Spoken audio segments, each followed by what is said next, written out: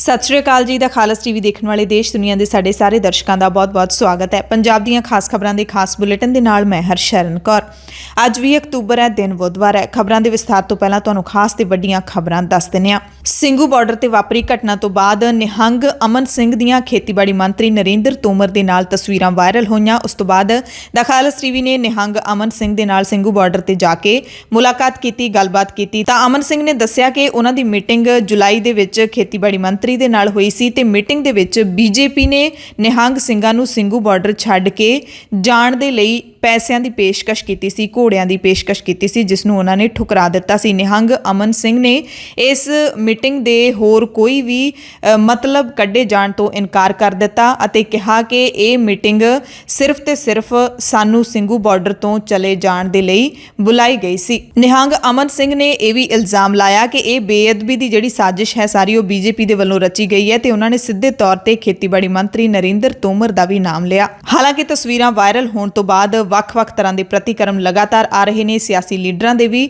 ਅਤੇ ਹੋਰ ਲੋਕਾਂ ਦੇ ਵੀ। ਤੇ ਇਸ ਤਸਵੀਰ ਦੇ ਬਾਰੇ ਸਿੰਘੂ ਬਾਰਡਰ ਤੇ ਹੀ ਮੋਰਚਾ ਲਾ ਕੇ ਬੈਠੇ ਨਿਹੰਗ ਮੁਖੀ ਬਾਬਾ ਰਾਜਾ ਰਾਮ ਸਿੰਘ ਨੇ ਵੀ ਕਿਹਾ ਕਿ ਜੇ ਨਿਹੰਗ ਅਮਨ ਸਿੰਘ ਨੇ ਗੱਦਾਰੀ ਕੀਤੀ ਤਾਂ ਕਾਰਵਾਈ ਕਰਾਂਗੇ। ਉਹਨਾਂ ਕਿਹਾ ਕਿ ਜੇ ਅਮਨ ਸਿੰਘ ਨੇ ਗੱਦਾਰੀ ਕੀਤੀ ਤਾਂ ਫਿਰ ਉਹ ਸਾਡਾ ਲੱਗਦਾ ਕੀ ਹੈ, ਸਾਡੇ ਨਾਲ ਰਹਿ ਕੇ ਜਾਂ ਕਿਸਾਨ ਅੰਦੋਲਨ ਵਿੱਚ ਰਹਿ ਕੇ ਜੇ ਉਸਨੇ ਅਜਿਹਾ ਕੁਝ ਕੀਤਾ ਹੋਇਆ ਤਾਂ 2-4 ਦਿਨਾਂ ਦੇ ਵਿੱਚ ਸਾਰੇ ਨਿਹੰਗ ਮੁਖੀਆਂ ਨੂੰ ਬੁਲਾ ਕੇ ਫੈਸਲਾ ਲਿਆ ਜਾਵੇਗਾ। ਉਧਰ ਐਸਜੀਪੀਸੀ ਪ੍ਰਧਾਨ ਬੀਬੀ ਜਗੀਰ ਕੌਰ ਨੇ ਇਸ ਘਟਨਾ ਦੀ ਨਿਰਪੱਖ ਜਾਂਚ ਦੀ ਮੰਗ ਕੀਤੀ ਹੈ ਤੇ ਐਸਜੀਪੀਸੀ ਨੇ 3 ਮੈਂਬਰੀ ਕਮੇਟੀ ਵੀ ਬਣਾ ਦਿੱਤੀ ਹੈ ਜੋ ਇਸ ਮਸਲੇ ਦੀ ਆਪਣੇ ਪੱਧਰ ਦੇ ਉੱਤੇ ਜਾਂਚ ਕਰੇਗੀ। ਸਿੰਘੂ ਬਾਰਡਰ ਤੇ ਹੋਏ ਕਤਲकांड ਦੀ ਜਾਂਚ ਕਰ ਰਹੀ ਪੁਲਿਸ ਨੇ ਇਸ ਕਤਲ ਕੇਸ ਦੇ ਵਿੱਚ ਵਰਤੀਆਂ ਤਲਵਾਰਾਂ ਤੇ ਕੱਪੜੇ ਬਰਾਮਦ ਕੀਤੇ ਨੇ। ਪੁਲਿਸ ਦੇ ਮੁਤਾਬਿਕ 2 ਤਲਵਾਰਾਂ ਤੇ ਮੁਲਜ਼ਮਾਂ ਦੇ ਖੂਨ ਨਾਲ ਲਿਬੜੇ ਕੱਪੜੇ ਜਿਹੜੇ ਬਰਾਮਦ ਕੀਤੇ ਨੇ ਉਹ ਭਗਵੰਤ ਸਿੰਘ ਅਤੇ ਗੋਬਿੰਦਪ੍ਰੀਤ ਦੇ ਦੱਸੇ ਜਾ ਰਹੇ ਨੇ। ਨਿਹੰਗ ਸਿੰਘ, ਸਰਬਜੀਤ ਸਿੰਘ ਅਤੇ ਨਰੈਣ ਸਿੰਘ ਦੀਆਂ ਤਲਵਾਰਾਂ ਤੇ ਕੱਪੜੇ ਪਹਿਲਾਂ ਹੀ ਪੁਲਿਸ ਬਰਾਮਦ ਕਰ ਚੁੱਕੀ ਸੀ। ਸੰਯੁਕਤ ਕਿਸਾਨ ਮੋਰਚੇ ਨੇ ਸਿੰਘੂ ਕਤਲकांड ਦੀ ਫੌਰੀ ਅਤੇ ਵਿਆਪਕ ਜਾਂਚ ਦੀ ਮੰਗ ਕੀਤੀ ਹੈ ਤੇ ਜਿਹੜੀਆਂ ਨਿਹੰਗ ਅਮਨ ਸਿੰਘ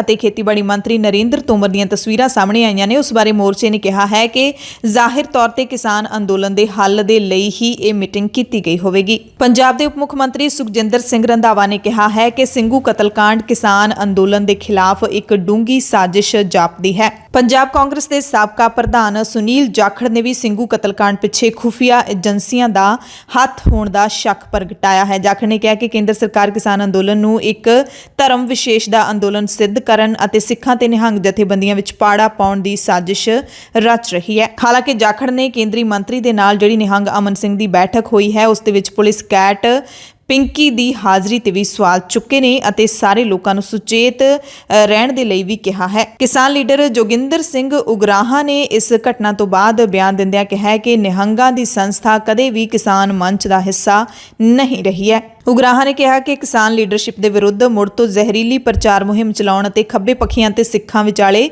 ਬੇਬੁਨਿਆਦ ਲੜਾਈ ਬਣਾਉਣ ਦੀ ਕੋਸ਼ਿਸ਼ ਕੀਤੀ ਜਾ ਰਹੀ ਹੈ। ਸਿੰਘੂ ਬਾਰਡਰ ਤੇ ਵਾਪਰੀ ਘਟਨਾ ਦਾ ਘੱਟ ਗਿਣਤੀਆਂ ਬਾਰੇ ਕੌਮੀ ਕਮਿਸ਼ਨ ਨੇ ਵੀ ਸਖਤ ਨੋਟਿਸ ਲਿਆ ਹੈ। ਕਮਿਸ਼ਨ ਦੇ ਚੇਅਰਮੈਨ ਇਕਬਾਲ ਸਿੰਘ ਲਾਲਪੁਰਾ ਨੇ ਇਸ ਸੰਬੰਧੀ ਹਰਿਆਣਾ ਦੇ ਮੁੱਖ ਸਕੱਤਰ ਨੂੰ ਚਿੱਠੀ ਲਿਖ ਕੇ 15 ਦਿਨਾਂ ਦੇ ਅੰਦਰ ਤਫਸੀਲੀ ਰਿਪੋਰਟ ਮੰਗੀ ਹੈ। ਲਾਲਪੁਰਾ ਨੇ ਸਿੰਘੂ ਬਾਰਡਰ ਤੇ ਧਰਮ ਗ੍ਰੰਥ ਦੀ ਬੇਅਦਬੀ ਦੀ ਘਟਨਾ ਨੂੰ ਲੈ ਕੇ ਸ਼੍ਰੀ ਅਕਾਲ ਤਖਤ ਸਾਹਿਬ ਦੇ ਜਥੇਦਾਰ ਤੋਂ ਵੀ ਇਸ ਸੰਬੰਧ ਵਿੱਚ ਚੁੱਕੇ ਗਏ ਕਦਮਾਂ ਦਾ ਵੇਰਵਾ ਮੰਗਿਆ ਹੈ। ਯੂਪੀ ਦੇ ਲਖੀਮਪੁਰ ਖੀਰੀ ਕਤਲकांड ਦੇ ਵਿੱਚ ਪੁਲਿਸ ਦੀ ਵਿਸ਼ੇਸ਼ ਜਾਂਚ ਟੀਮ ਨੇ ਹੁਣ ਕਿਸਾਨਾਂ ਤੋਂ ਪੁੱਛ ਪੜਤਾਲ ਕਰਨੀ ਸ਼ੁਰੂ ਕਰ ਦਿੱਤੀ ਹੈ। ਜਿਹੜੀ ਦੂਸਰੀ FIR ਦਰਜ ਕੀਤੀ ਗਈ ਹੈ ਬੀਜੇਪੀ ਦੇ ਕਹਿਣ ਤੇ ਉਸ ਦੇ ਵਿੱਚ 50 ਕਿਸਾਨਾਂ ਨੂੰ ਤਲਬ ਕੀਤਾ ਗਿਆ ਹੈ, ਜਿਸ ਦੇ ਵਿੱਚੋਂ 15 ਕਿਸਾਨਾਂ ਨੇ ਆਪਣੇ ਬਿਆਨ ਦਰਜ ਕਰਵਾਏ ਤੇ ਅੱਜ ਸੁਪਰੀਮ ਕੋਰਟ ਦੇ ਵਿੱਚ ਇਸ ਕਤਲकांड ਨੂੰ ਲੈ ਕੇ ਅਹਿਮ ਸੁਣਵਾਈ ਹੋਣ ਜਾ ਰਹੀ ਹੈ। ਸੁਪਰੀਮ ਕੋਰਟ ਦੇ ਜਿਹੜੇ ਚੀਫ ਜਸਟਿਸ NV ਰਾਮੰਨਾ ਹੈਗੇ ਨੇ ਉਹਨਾਂ ਨੇ ਇਸ ਮਾਮਲੇ ਦਾ ਸਿਊਮੋਟੋ ਨੋਟਿਸ ਲਿਆ ਸੀ ਅਤੇ ਇਸ ਤੇ 2 ਦਿਨ ਪਹਿਲਾਂ ਸੁਣਵਾਈ ਹੋ ਚੁੱਕੀ ਹੈ ਤੇ ਹੁਣ ਅੱਜ ਦੀ ਸੁਣਵਾਈ ਦੇ ਵਿੱਚ ਵੀ ਯੂਪੀ ਸਰਕਾਰ ਤੋਂ ਇਹ ਪੁੱਛਿਆ ਜਾਵੇਗਾ ਕਿ ਹੁਣ ਤੱਕ ਯੂਪੀ ਸਰਕਾਰ ਨੇ ਇਸ ਮਸਲੇ ਦੇ ਵਿੱਚ ਕੀਤਾ ਕੀ ਹੈ। ਪੰਜਾਬ ਦੇ ਸਾਬਕਾ ਮੁੱਖ ਮੰਤਰੀ ਕੈਪਟਨ ਅਮਰਿੰਦਰ ਸਿੰਘ ਨੇ ਆਪਣੇ ਸਿਆਸੀ ਭਵਿੱਖ ਦੇ ਪੱਤੇ ਖੋਲ੍ਹ ਹੀ ਦਿੱਤੇ ਨੇ। ਕੈਪਟਨ ਨੇ ਕਹਿ ਦਿੱਤਾ ਕਿ ਆਪਣੀ ਵੱਖਰੀ ਸਿਆਸੀ ਪਾਰਟੀ ਦਾ ਮੈਂ ਜਲਦ ਐਲਾਨ ਕਰਾਂਗਾ। ਅਮਰਿੰਦਰ ਨੇ ਵੀ ਕਿਹਾ ਕਿ ਜੇਕਰ ਕਿਸਾਨਾਂ ਦੀਆਂ ਮੰਗਾਂ ਦਾ ਉਹਨਾਂ ਦੇ ਹਿੱਤ ਵਿੱਚ ਨਿਬੇੜਾ ਹੋ ਜਾਂਦਾ ਹੈ ਤਾਂ ਮੈਂ ਭਾਜਪਾ ਦੇ ਨਾਲ ਸੀਟਾਂ ਦੀ ਵੰਡ ਨੂੰ ਲੈ ਕੇ ਪੂਰੀ ਤਰ੍ਹਾਂ ਦੇ ਨਾਲ ਆਸਵੰਦ ਹਾਂ। ਇਸ ਮੌਕੇ ਕੈਪਟਨ ਨੇ ਢੀਂਡਸਾ ਤੇ ਬ੍ਰਹਮਪੁਰਾ ਧੜਿਆਂ ਦੇ ਨਾਲ ਗੱਠਜੋੜ ਦਾ ਵੀ ਇਸ਼ਾਰਾ ਕੀਤਾ। ਲਖੀਮਪੁਰ ਖੀਰੀ ਕਤਲकांड ਦੇ ਵਿੱਚ ਸ਼ਹੀਦ ਹੋਏ ਕਿਸਾਨਾਂ ਦੀਆਂ ਅਸਥੀਆਂ ਕੱਲ ਪੇਂਡੂ ਸੰਘਰਸ਼ ਕਮੇਟੀ ਚੰਡੀਗੜ੍ਹ ਦੇ ਵੱਲੋਂ ਖੁੱਡਾ ਅਲੀ ਸ਼ੇਰ ਲਿਆਂਦੀਆਂ ਗਈਆਂ। ਦਰਅਸਲ ਕਿਸਾਨਾਂ ਦੇ ਵੱਲੋਂ ਸ਼ਹੀਦ ਕਿਸਾਨ ਕਲਸ਼ ਯਾਤਰਾ यात्रा जिहड़ी ਉਹ ਸ਼ੁਰੂ ਕੀਤੀ ਗਈ ਹੈ। ਇਸ ਕਤਲकांड ਦੇ ਵਿਰੋਧ ਦੇ ਵਿੱਚ ਪੂਰੇ ਦੇਸ਼ ਦੇ ਵਿੱਚ ਇਹ ਕਲਸ਼ ਯਾਤਰਾ ਜਿਹੜੀ ਕਿਸਾਨਾਂ ਦੇ ਵੱਲੋਂ ਕੱਢੀ ਜਾ ਰਹੀ ਹੈ। ਹਰ ਸੂਬੇ ਦੇ ਵਿੱਚ ਕਿਸਾਨਾਂ ਦੀਆਂ ਅਸਥੀਆਂ ਲਿਜਾਈਆਂ ਜਾ ਰਹੀਆਂ ਨੇ। ਉਸੇ ਤਹਿਤ ਅਸਥੀਆਂ ਖੁੱਡਾ ਅਲੀਸ਼ੇਰ ਲਿਆਂਦੀਆਂ ਗਈਆਂ ਤੇ ਹੁਣ ਚੰਡੀਗੜ੍ਹ ਦੇ ਪਿੰਡਾਂ ਦੇ ਵਿੱਚ ਇਹ ਯਾਤਰਾ 21 ਅਕਤੂਬਰ ਨੂੰ ਯਾਨੀ ਕਿ ਕੱਲ ਨੂੰ ਕੱਢੀ ਜਾਵੇਗੀ। ਪੰਜਾਬ ਦੇ ਵਿੱਚ ਮੋਦੀ ਸਰਕਾਰ ਦੇ ਵੱਲੋਂ BSF ਨੂੰ ਜਿਹੜੀਆਂ ਵਾਧੂ ਤਾਕਤਾਂ ਦੇਣ ਦਾ ਐਲਾਨ ਕੀਤਾ ਗਿਆ ਹੈ। ਉਸ ਮੁੱਦੇ ਤੇ ਅਕਾਲੀ ਦਲ ਲਗਾਤਾਰ ਕਾਂਗਰਸ ਨੂੰ ਘੇਰ ਰਿਹਾ ਹੈ।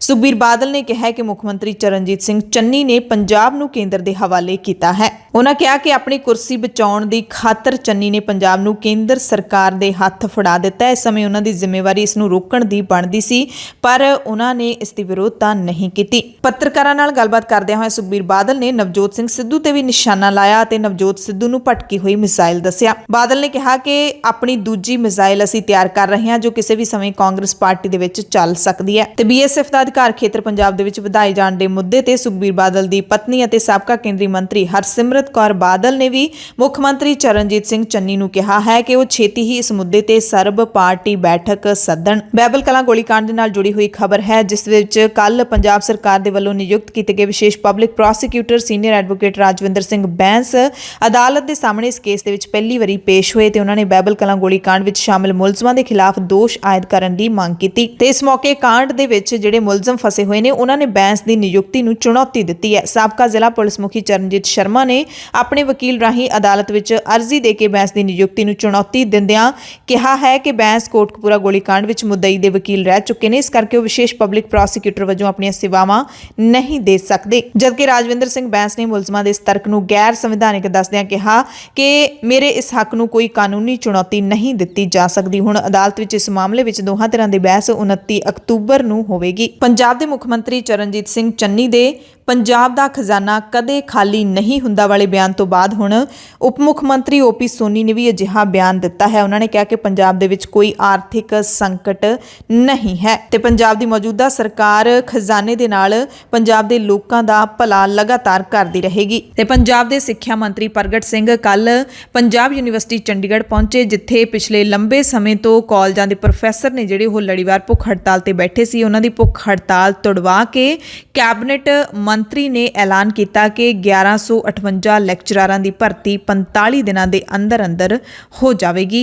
45 ਦਿਨਾਂ ਦੇ ਅੰਦਰ ਇਹ ਭਰਤੀ ਮੁਕੰਮਲ ਕਰਨ ਦੇ ਹੁਕਮ ਸਿੱਖਿਆ ਮੰਤਰੀ ਨੇ ਦੇ ਦਿੱਤੇ ਨੇ। ਇਹ ਭਰਤੀ ਪੰਜਾਬੀ ਯੂਨੀਵਰਸਿਟੀ ਅਤੇ ਗੁਰੂ ਨਾਨਕ ਦੇਵ ਯੂਨੀਵਰਸਿਟੀ ਵੱਲੋਂ ਚੋਣ ਕਮੇਟੀਆਂ ਬਣਾ ਕੇ ਕੀਤੀ ਜਾਵੇਗੀ। ਪੰਜਾਬ ਦੇ ਮੁੱਖ ਮੰਤਰੀ ਚਰਨਜੀਤ ਸਿੰਘ ਚੰਨੀ ਕੱਲ ਮੋਰਿੰਡਾ ਪਹੁੰਚੇ ਹੋਏ ਸੀ। ਆਪਣੇ ਹਲਕੇ ਵਿੱਚ ਪਹੁੰਚੇ ਚੰਨੀ ਨੇ ਕਿਹਾ ਕਿ ਪੰਜਾਬ ਦੇ ਵਿਦਿਅਕ ਤੇ ਸਿਹਤ ਢਾਂਚੇ ਨੂੰ ਠੀਕ ਕਰਨ ਲਈ ਬਹੁਤ ਕੰਮ ਕਰਨ ਦੀ ਲੋੜ ਹੈ। ਉਹਨਾਂ ਨੇ ਇੱਥੇ 63 ਪਿੰਡਾਂ ਦੇ ਵਿਕਾਸ ਕਾਰਜਾਂ ਦੇ ਲਈ 26 ਕਰੋੜ ਦੇ ਚੈੱਕ ਵੰਡੇ। ਚੰਨੀ ਨੇ ਇਹ ਵੀ ਐਲਾਨ ਕੀਤਾ ਕਿ ਸਰਕਾਰੀ ਸਕੂਲਾਂ ਦੇ ਵਿੱਚ ਪਹਿਲੀ ਜਮਾਤ ਤੋਂ ਹੀ ਅੰਗਰੇਜ਼ੀ ਪੜ੍ਹਾਉਣੀ ਸ਼ੁਰੂ ਕੀਤੀ ਜਾਵੇਗੀ। ਪੰਜਾਬ ਦੇ ਸਾਰੇ ਸਕੂਲਾਂ ਵਿੱਚ ਪੰਜਾਬੀ ਭਾਸ਼ਾ 12ਵੀਂ ਜਮਾਤ ਤੱਕ ਲਾਜ਼ਮੀ ਕੀਤੀ ਜਾਵੇਗੀ। ਸਿਟੀ ਬਿਊਟੀਫੁਲ ਚੰਡੀਗੜ੍ਹ ਦੇ ਵਿੱਚ ਦਸੰਬਰ ਦੇ ਵਿੱਚ ਹੋਣ ਵਾਲੀਆਂ ਨਗਰ ਨਿਗਮ ਚੋਣਾਂ ਦਾ ਵਿਗਲ ਵੱਜ ਗਿਆ ਹੈ। ਇਸ ਵਾਰੀ ਭਾਜਪਾ, ਕਾਂਗਰਸ ਤੇ ਆਮ ਆਦਮੀ ਪਾਰਟੀ ਦੇ ਵਿੱਚ ਤਿਕੋਣਾ ਮੁਕਾਬਲਾ ਹੋਵੇਗਾ। ਚੰਡੀਗੜ੍ਹ ਦੇ ਚੋਣ ਕਮਿਸ਼ਨ ਨੇ ਸ਼ਹਿਰ ਦੇ 35 ਵਾਰਡਾਂ ਵਿੱਚੋਂ ਰਾਖਵੇਂ ਵਾਰਡਾਂ ਲਈ ਡਰਾਅ ਕੱਢੇ ਗਏ ਜਿਹਦੇ ਵਿੱਚ 9 ਵਾਰਡ ਜਨਰਲ ਵਰਗ ਦੀਆਂ ਔਰਤਾਂ, 3 ਵਾਰਡ ਅਨੁਸੂਚਿਤ ਵਰਗ ਨਾਲ ਸੰਬੰਧਿਤ ਔਰਤਾਂ ਅਤੇ 7 ਵਾਰਡ ਅਨੁਸੂਚਿਤ ਵਰਗ ਦੇ ਉਮੀਦਵਾਰਾਂ ਦੇ ਲਈ ਰਾਖਵੇਂ ਰੱਖੇ ਗਏ ਨੇ। ਉੱਤਰਾਖੰਡ ਦੇ ਵਿੱਚ ਮੀਂਹ ਦਾ ਕਹਿਰ ਲਗਾਤਾਰ ਜਾਰੀ ਹੈ। ਇੱਥੇ ਕੁਝ ਇਲਾਕਿਆਂ ਦੇ ਵਿੱਚ ਬੱਦਲ ਫਟਣ ਦੀਆਂ ਘਟਨਾਵਾਂ ਵਾਪਰੀਆਂ ਨੇ ਤੇ ਹੁਣ ਤੱਕ 42 ਲੋਕਾਂ ਦੀ ਮੌਤ ਹੋ ਚੁੱਕੀ ਹੈ। ਕਈ ਘਰਾਂ ਦੇ ਹੜ੍ਹਾਂ ਵਿੱਚ ਰੁੜ ਜਾਣ ਕਾਰਨ ਕਈ ਲੋਕ ਮਲਬੇ ਵਿੱਚ ਫਸੇ ਹੋਏ ਨੇ। ਕੱਲੇ ਨੈਨੀਤਾਲ ਦੇ ਵਿੱਚ ਹੀ 28 ਲੋਕਾਂ ਦੀ ਮੌਤ ਹੋ ਚੁੱਕੀ ਹੈ। ਉੱਤਰਾਖੰਡ ਪ੍ਰਸ਼ਾਸਨ ਨੇ 4 ਧਾਮ ਯਾਤਰਾ ਤੇ ਨਿਕਲੇ ਹੋਏ ਸ਼ਰਧਾਲੂਆਂ ਨੂੰ ਅਪੀਲ ਕੀਤੀ ਹੈ ਕਿ ਜਿੱਥੇ ਵੀ ਹੋ ਉੱਥੇ ਹੀ ਰੁਕ ਜਾਓ ਜਾਂ ਫਿਰ ਵਾਪਸ ਆਪੋ ਆਪਣੇ ਘਰਾਂ ਨੂੰ ਚਲੇ ਜਾਓ, ਯਾਨੀ ਕਿ 4 ਧਾਮ ਯਾਤਰਾ ਰੋਕ ਦਿੱਤੀ ਗਈ ਹੈ। ਪੰਜਾਬ ਦੀਆਂ ਖਾਸ ਖਬਰਾਂ ਦੇ ਖਾਸ ਬੁਲੇਟਿਨ ਦੇ ਵਿੱਚ ਹੁਣ ਖਬਰਾਂ ਵਿਸਥਾਰ ਦੇ ਨਾਲ। ਸਿੰਘੂ ਬਾਰਡਰ ਤੇ 15 ਅਕਤੂਬਰ ਨੂੰ ਵਾਪਰੀ ਘਟਨਾ ਤੋਂ ਬਾਅਦ ਇੱਕ ਨਿਹੰਗ ਸਿੰਘ ਦੀ ਤਸਵੀਰ ਨੇ ਨਵੀਂ ਚਰਚਾ ਛੇੜ ਦਿੱਤੀ ਹੈ। ਇਹ ਤਸਵੀਰ ਸਿੰਘੂ ਬਾਰਡਰ ਤੇ ਮੋਰਚਾ ਲਾ ਕੇ ਬੈਠੇ ਇੱਕ ਨਿਹੰਗ ਦਲ ਦੇ ਮੁਖੀ ਬਾਬਾ ਅਮਨ ਸਿੰਘ ਅਤੇ ਭਾਰਤ ਦੇ ਖੇਤੀਬਾੜੀ ਮੰਤਰੀ ਨਰਿੰਦਰ ਤੋਮਰ ਦੀ ਹੈ। ਇਸ ਤਸਵੀਰ ਦੇ ਵਿੱਚ ਖਾੜਕੂਵਾਦ ਦੇ ਦੌਰ ਦੇ ਵਿੱਚ ਪੁਲਿਸ ਦਾ ਵੱਡਾ ਟਾਊਟ ਬਣ ਕੇ ਭੂਮਿਕਾ ਨਿਭਾਉਣ ਵਾਲਾ ਪਿੰਕੀ ਕੈਟ ਵੀ ਖੜਾ ਦਿਖਾਈ ਦੇ ਰਿਹਾ ਹੈ। ਹਾਲਾਂਕਿ ਪਿੰਕੀ ਕੈਟ ਨੇ ਕੁਝ ਸਾਲ ਪਹਿਲਾਂ ਉਸ ਦੌਰ ਦੀਆਂ ਪੁਲਿਸ ਦੇ ਵੱਲੋਂ ਕੀਤੀਆਂ ਵਧੀਕੀਆਂ ਦੇ ਸਨਸਨੀਖੇਜ਼ ਖੁਲਾਸੇ ਵੀ ਕੀਤੇ ਸੀ। ਤਸਵੀਰ ਦੇ ਵਿੱਚ ਬੀਜੇਪੀ ਦੇ ਕੌਮੀ ਕਿਸਾਨ ਲੀਡਰ ਅਤੇ ਭਾਜਪਾ ਕਿਸਾਨ ਮੋਰਚਾ ਦੇ ਸਾਬਕਾ ਕੌਮੀ ਸਕੱਤਰ ਸੁਖਮਿੰਦਰਪਾਲ ਸਿੰਘ ਗਰੇਵਾਲ ਵੀ ਦਿਖਾਈ ਦੇ ਰਹੇ ਨੇ। ਪੰਜਾਬੀ ਟ੍ਰਿਬਿਊਨ ਨੇ ਇਹ ਤਸਵੀਰ ਛਾਪ ਕੇ ਦਾਅਵਾ ਕੀਤਾ ਹੈ ਕਿ ਬਾਬਾ ਅਮਨ ਸਿੰਘ ਦੀ ਖੇਤੀਬਾੜੀ ਮੰਤਰੀ ਦੇ ਨਾਲ ਜੁਲਾਈ ਦੇ ਵਿੱਚ ਅਖੀਰ ਦੇ ਵਿੱਚ ਬੈਠਕ ਹੋਈ ਸੀ ਤੇ ਨਰਿੰਦਰ ਤੋਮਰ ਨੇ ਬਾਬਾ ਅਮਨ ਸਿੰਘ ਨੂੰ ਸਿਰੋਪਾਓ ਵੀ ਦਿੱਤਾ ਸੀ। ਖਬਰ ਮੁਤਾਬਿਕ ਬਾਬਾ ਅਮਨ ਸਿੰਘ ਨੇ ਕੇਂਦਰ ਸਰਕਾਰ ਅਤੇ ਕਿਸਾਨਾਂ ਦੀ ਲੜਾਈ ਨੂੰ ਹੱਲ ਕਰਵਾਉਣ ਦੇ ਲਈ ਪਰਦੇ ਪਿੱਛੋਂ ਭੂਮਿਕਾ ਨਿਭਾਈ ਸੀ। ਦਾਅਵਾ ਕੀਤਾ ਗਿਆ ਕਿ ਇਹਨਾਂ ਦੇ ਵੱਲੋਂ ਕੇਂਦਰ ਸਰਕਾਰ ਤੇ ਕਿਸਾਨਾਂ ਦੇ ਵਿਚਾਲੇ ਰੁਕੀ ਹੋਈ ਗੱਲਬਾਤ ਨੂੰ ਮੁੜ ਸ਼ੁਰੂ ਕਰਵਾਉਣ ਦੇ ਲਈ ਕਰੀਬ 3 ਮਹੀਨੇ ਪਹਿਲਾਂ ਮੰਤਰੀ ਤੋਮਰ ਦੇ ਨਾਲ ਮੁਲਾਕਾਤ ਕੀਤੀ ਗਈ। ਗੱਲਬਾਤ ਸ਼ੁਰੂ ਕਰਵਾਉਣ ਦੇ ਯਤਨਾਂ ਦੇ ਵਿੱਚ ਕੈਨੇਡਾ ਦੇ ਓਨਟਾਰੀਓ ਦੇ ਸਿੱਖਸ ਐਂਡ ਗੁਰਦੁਆਰਾ ਕੌਂਸਲ ਦੇ ਚੇਅਰਮੈਨ ਕੁਲਤਾਰ ਸਿੰਘ ਗਿੱਲ ਦੀ ਵੀ ਭੂਮਿਕਾ ਰਹੀ, ਜਿਨ੍ਹਾਂ ਨੇ 24 ਜੂਨ ਨੂੰ ਪ੍ਰਧਾਨ ਮੰਤਰੀ ਨਰਿੰਦਰ ਮੋਦੀ ਨੂੰ ਚਿੱਠੀ ਲਿਖੀ ਸੀ। ਪੰਜਾਬੀ ਟ੍ਰਿਬਿਊਨ ਦੇ ਮੁਤਾਬਿਕ ਬਾਬਾ ਅਮਨ ਸਿੰਘ ਨੇ ਕੇਂਦਰੀ ਰਾਜ ਮੰਤਰੀ ਕੈਲਾਸ਼ ਚੌਧਰੀ ਦੇ ਬੰਗਲੇ ਤੇ ਖੇਤੀਬਾੜੀ ਮੰਤਰੀ ਦੇ ਨਾਲ ਲੰਚ ਤੇ ਮੁਲਾਕਾਤ ਕੀਤੀ। ਟ੍ਰਿਬਿਊਨ ਦੇ ਕੋਲ ਗੱਲਬਾਤ ਦੌਰਾਨ ਪਿੰਕੀ ਕੈਟ ਨੇ ਇਸ ਮੀਟਿੰਗ ਦੀ ਗੱਲ ਕਬੂਲੀ, ਪਰ ਮੀਟਿੰਗ ਦੇ ਏਜੰਡੇ ਬਾਰੇ ਕੁਝ ਵੀ ਕਹਿਣ ਤੋਂ ਇਨਕਾਰ ਕਰ ਦਿੱਤਾ। ਗੁਰਮੀਤ ਸਿੰਘ ਪਿੰਕੀ ਨੇ ਦੱਸਿਆ ਕਿ ਨਿਹੰਗ ਬਾਬਾ ਅਮਨ ਸਿੰਘ ਨੂੰ ਉਹ ਉਦੋਂ ਤੋਂ ਜਾਣਦਾ ਹੈ ਜਦੋਂ ਦੋਵੇਂ ਵੱਖ-ਵੱਖ ਕਤਲ ਕੇਸਾਂ ਦੇ ਵਿੱਚ ਪਟਿਆਲਾ ਦੀ ਕੇਂਦਰੀ ਜੇਲ੍ਹ ਦੇ ਵਿੱਚ ਬੰਦ ਸਨ। ਬੀਜੇਪੀ ਦੇ ਕੌਮੀ ਕਿਸਾਨ ਲੀਡਰ ਜਿਹੜੇ ਸੁਖਵਿੰਦਰਪਾਲ ਸਿੰਘ ਗਰੇਵਾਲ ਇਸ ਬੈਠਕ ਦੇ ਵਿੱਚ ਸ਼ਾਮਿਲ ਸਨ। ਉਹਨਾਂ ਨੇ ਟ੍ਰਿਬਿਊਨ ਨੂੰ ਦੱਸਿਆ ਕਿ ਬੀਜੇਪੀ ਲੀਡਰ ਹੋਣ ਦੇ ਨਾਤੇ ਮੇਰੀਆਂ ਜਿਹੜੀਆਂ ਮੀਟਿੰਗਾਂ ਨੇ ਬੀਜੇਪੀ ਦੇ ਵੱਡੇ ਲੀਡਰਾਂ ਦੇ ਨਾਲ ਹੁੰਦੀਆਂ ਰਹਿੰਦੀਆਂ ਨੇ ਤੇ ਉਦੋਂ ਅਸੀਂ ਓਨਟਾਰੀਓ ਦੀ ਸਿੱਖ ਜਥੇਬੰਦੀ ਦੇ ਨਾਲ ਮਿਲ ਕੇ ਕਿਸਾਨੀ ਮਸਲੇ ਦਾ ਹੱਲ ਲੱਭਣ ਦੇ ਵਿੱਚ ਹਿੱਸਾ ਪਾਉਣ ਦੀ ਕੋਸ਼ਿਸ਼ ਕੀਤੀ ਸੀ ਤੇ ਉਸ ਵਕਤ ਬਾਬਾ ਅਮਨ ਸਿੰਘ ਵੀ ਮੀਟਿੰਗ ਵਿੱਚ ਹਾਜ਼ਰ ਸਨ ਤੇ ਉਹ ਵੀ ਕਿਸਾਨਾਂ ਦੇ ਮਸਲੇ ਦਾ ਹੱਲ ਚਾਹੁੰਦੇ ਸੀ। ਸੋ ਤਸਵੀਰ ਵਾਇਰਲ ਹੋਣ ਤੋਂ ਬਾਅਦ ਇਸ ਮੋਰਚੇ ਦੇ ਵਿੱਚ ਨਿਹੰਗ ਸਿੰਘਾਂ ਦੀ ਭੂਮਿਕਾ ਤੇ ਸਵਾਲ ਨੇ ਜਿਹੜੇ ਉਹ ਉੱਠਣ ਲੱਗੇ ਨੇ। ਬਹੁਤ ਵੱਖ-ਵੱਖ ਤਰ੍ਹਾਂ ਦੀਆਂ ਜਿਹੜੀਆਂ ਪ੍ਰਤੀਕਿਰਿਆਵਾਂ ਸਾਹਮਣੇ ਆ ਰਹੀਆਂ ਨੇ। ਆਮ ਲੋਕ ਨੇ ਜਿਹੜੇ ਉਹ ਵੀ ਦੋ ਤਰ੍ਹਾਂ ਦੇ ਧੜੇ ਬਣਾ ਕੇ ਗੱਲਾਂ ਬਾਤਾਂ ਕਰ ਰਹੇ ਨੇ, ਪਰ ਇੱਕ ਵੱਡਾ ਸਵਾਲ ਹੈ ਕਿ ਇਹ ਤਸਵੀਰ ਆਖਿਰਕਾਰ ਹੁਣ ਹੀ ਕਿਉਂ ਨਿਕਲੀ ਹੈ ਤੇ ਕਿਸ ਨੇ ਇਸ ਤਸਵੀਰ ਨੂੰ ਇਸ ਸਮੇਂ ਵਾਇਰਲ ਕੀਤਾ ਹੈ। ਜੇ ਗੁਪਤ ਬੈਠਕ ਸੀ ਤਾਂ ਗੁਪਤ ਮੀਟਿੰਗ ਦੇ ਵਿੱਚ ਕੈਮਰੇ ਵੱਲ ਦੇਖ ਕੇ ਤਸਵੀਰ ਸਾਰਿਆਂ ਦੇ ਵੱਲੋਂ ਕਿਉਂ ਖਿਚਵਾਈ ਜਾ ਰਹੀ ਹੈ? ਕਿ ਤਸਵੀਰ ਵਾਇਰਲ ਹੋਣ ਦਾ ਮਤਲਬ ਇਹ ਹੈ ਕਿ ਨਿਹੰਗ ਸਿੰਘ ਬੀਜੇਪੀ ਦੇ ਨਾਲ ਮਿਲੇ ਹੋਏ ਨੇ? ਸੋ ਇਸ ਦੇ ਵਿੱਚ ਵੱਡੀ ਜਾਂਚ ਦੀ ਲੋੜ ਹੈ। ਸੋ ਇਸ ਤਸਵੀਰ ਦੇ ਵਾਇਰਲ ਹੋਣ ਤੋਂ ਬਾਅਦ ਨਿਹੰਗ ਅਮਨ ਸਿੰਘ ਦੇ ਮੀਡੀਆ ਦੇ ਨਾਲ ਗੱਲਬਾਤ ਕਰਦਿਆਂ ਕਬੂਲ ਕੀਤਾ ਹੈ ਕਿ ਸਾਡੀ ਬੈਠਕ ਹੋਈ ਸੀ। ਸਿੰਘੂ ਬਾਰਡਰ ਤੇ ਪ੍ਰਦਰਸ਼ਨ ਵਾਲੀ ਥਾਂ ਖਾਲੀ ਕਰਵਾਉਣ ਦੇ ਲਈ ਕਥਿਤ ਤੌਰ ਤੇ 10 ਲੱਖ ਰੁਪਏ ਨਕਦੀ ਅਤੇ ਘੋੜਿਆਂ ਦੀ ਪੇਸ਼ਕਸ਼ ਸਾਨੂੰ ਬੀਜੇਪੀ ਦੇ ਵੱਲੋਂ ਕੀਤੀ ਗਈ ਸੀ। ਉਹਨਾਂ ਕਿਹਾ ਕਿ ਅਸੀਂ 4 ਮੰਗਾਂ ਕੀਤੀਆਂ। ਖੇਤੀਬਾੜੀ ਕਾਨੂੰਨ ਵਾਪਸ ਲਓ, ਐਮਐਸਪੀ ਦੀ ਗਰੰਟੀ ਦਿਓ, 2015 ਤੋਂ ਪੰਜਾਬ ਦੇ ਵਿੱਚ ਬੇਅਦਬੀ ਮਾਮਲਿਆਂ ਦੇ ਵਿੱਚ ਨਿਆਂ ਦਿਓ ਤੇ ਸਾਡੇ ਵਿਰੁੱਧ ਕੇਸ ਵਾਪਸ ਲਵੋ। ਇਹ ਸਾਡੀਆਂ ਸਾਰੀਆਂ 4 ਮੰਗਾਂ ਸੀ। ਅਸੀਂ ਉਹਨਾਂ ਨੂੰ ਕਿਹਾ ਸੀ ਕਿ ਅਸੀਂ ਉਦੋਂ ਹੀ ਧਰਨਾ ਚੁੱਕਾਂਗੇ ਜਦੋਂ ਸਾਡੀਆਂ ਮੰਗਾਂ ਪੂਰੀਆਂ ਹੋਣਗੀਆਂ। ਪੈਸੇ ਦੀ ਪੇਸ਼ਕਸ਼ ਨੂੰ ਅਸੀਂ ਠੁਕਰਾ ਦਿੱਤਾ ਅਤੇ ਆਪਣੀਆਂ ਮੰਗਾਂ ਸੰਬੰਧੀ ਰਾਸ਼ਟਰਪਤੀ ਤੇ ਪ੍ਰਧਾਨ ਮੰਤਰੀ ਨੂੰ ਚਿੱਠੀਆਂ ਵੀ ਲਿਖੀਆਂ। ਇਹ ਪੁੱਛਣ ਤੇ ਕਿ ਕੀ ਉਹਨਾਂ ਨੇ ਕਿਸਾਨ ਲੀਡਰਾਂ ਦੇ ਨਾਲ ਇਸ ਬੈਠਕ ਬਾਰੇ ਗੱਲਬਾਤ ਕੀਤੀ ਸੀ ਤਾਂ ਨਿਹੰਗ ਬਾਬਾ ਅਮਨ ਸਿੰਘ ਨੇ ਕਿਹਾ ਕਿ ਸਾਨੂੰ ਕਿਸਾਨਾਂ ਦੇ ਨਾਲ ਗੱਲਬਾਤ ਕਰਨ ਦੀ ਕੋਈ ਲੋੜ ਨਹੀਂ ਹੈ। ਨਾਲ ਹੀ ਉਹਨਾਂ ਨੇ ਸਪਸ਼ਟ ਕੀਤਾ ਕਿ ਮੈਂ ਕੋਈ ਕੱਲਾ ਤੋਮਰ ਨੂੰ ਨਹੀਂ ਮਿਲਣ ਗਿਆ ਸੀ, ਸਾਡੀ ਫੌਜ ਦੇ ਘੱਟੋ ਘੱਟ 10 ਮੈਂਬਰ ਮੇਰੇ ਨਾਲ ਸਨ।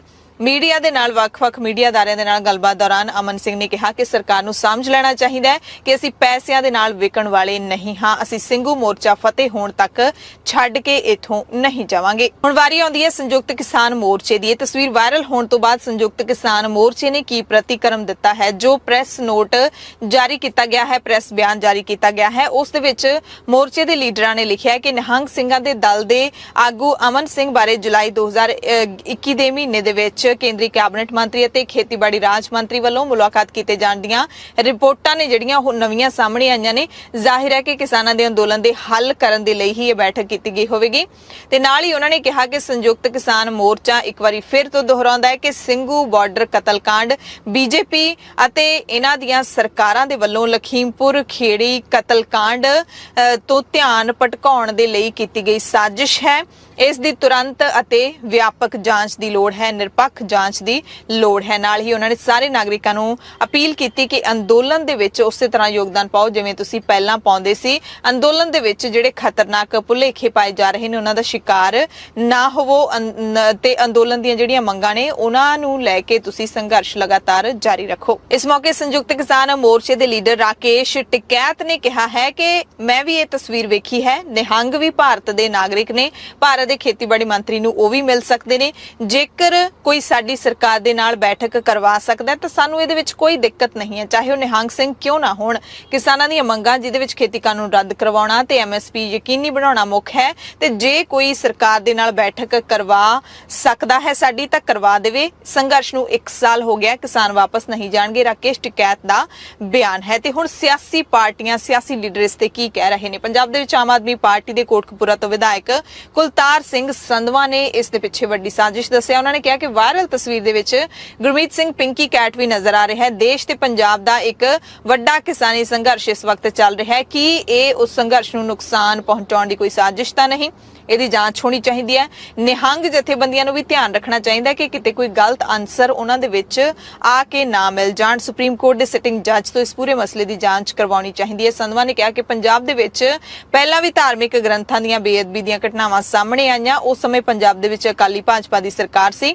ਇਸ ਮੁਲਾਕਾਤ ਦੀ ਚੰਗੀ ਤਰ੍ਹਾਂ ਜਾਂਚ ਕਰਨ ਤੋਂ ਬਾਅਦ ਉਹਨਾਂ ਬਾਰੇ ਵੀ ਜਾਣਕਾਰੀ ਹੈ ਜਿਹੜੀ ਉਹ ਸਾਹਮਣੇ ਆ ਸਕਦੀ ਹੈ ਤੇ ਇਹ ਵੱਡਾ ਜਿਹੜਾ ਬਿਆਨ ਉਹਨਾਂ ਨੇ ਦਿੱਤਾ ਹੈ। ਪੰਜਾਬ ਕਾਂਗਰਸ ਦੇ ਸਾਬਕਾ ਪ੍ਰਧਾਨ ਸੁਨੀਲ ਜਾਖੜ ਨੇ ਕਿਹਾ ਕਿ ਸਰਕਾਰ ਦੇ ਨੁਮਾਇੰਦੇ ਵਿਵਾਦਿਤ ਲੋਕਾਂ ਦੇ ਨਾਲ ਗੱਲਬਾਤ ਕਰ ਰਹੇ ਨੇ।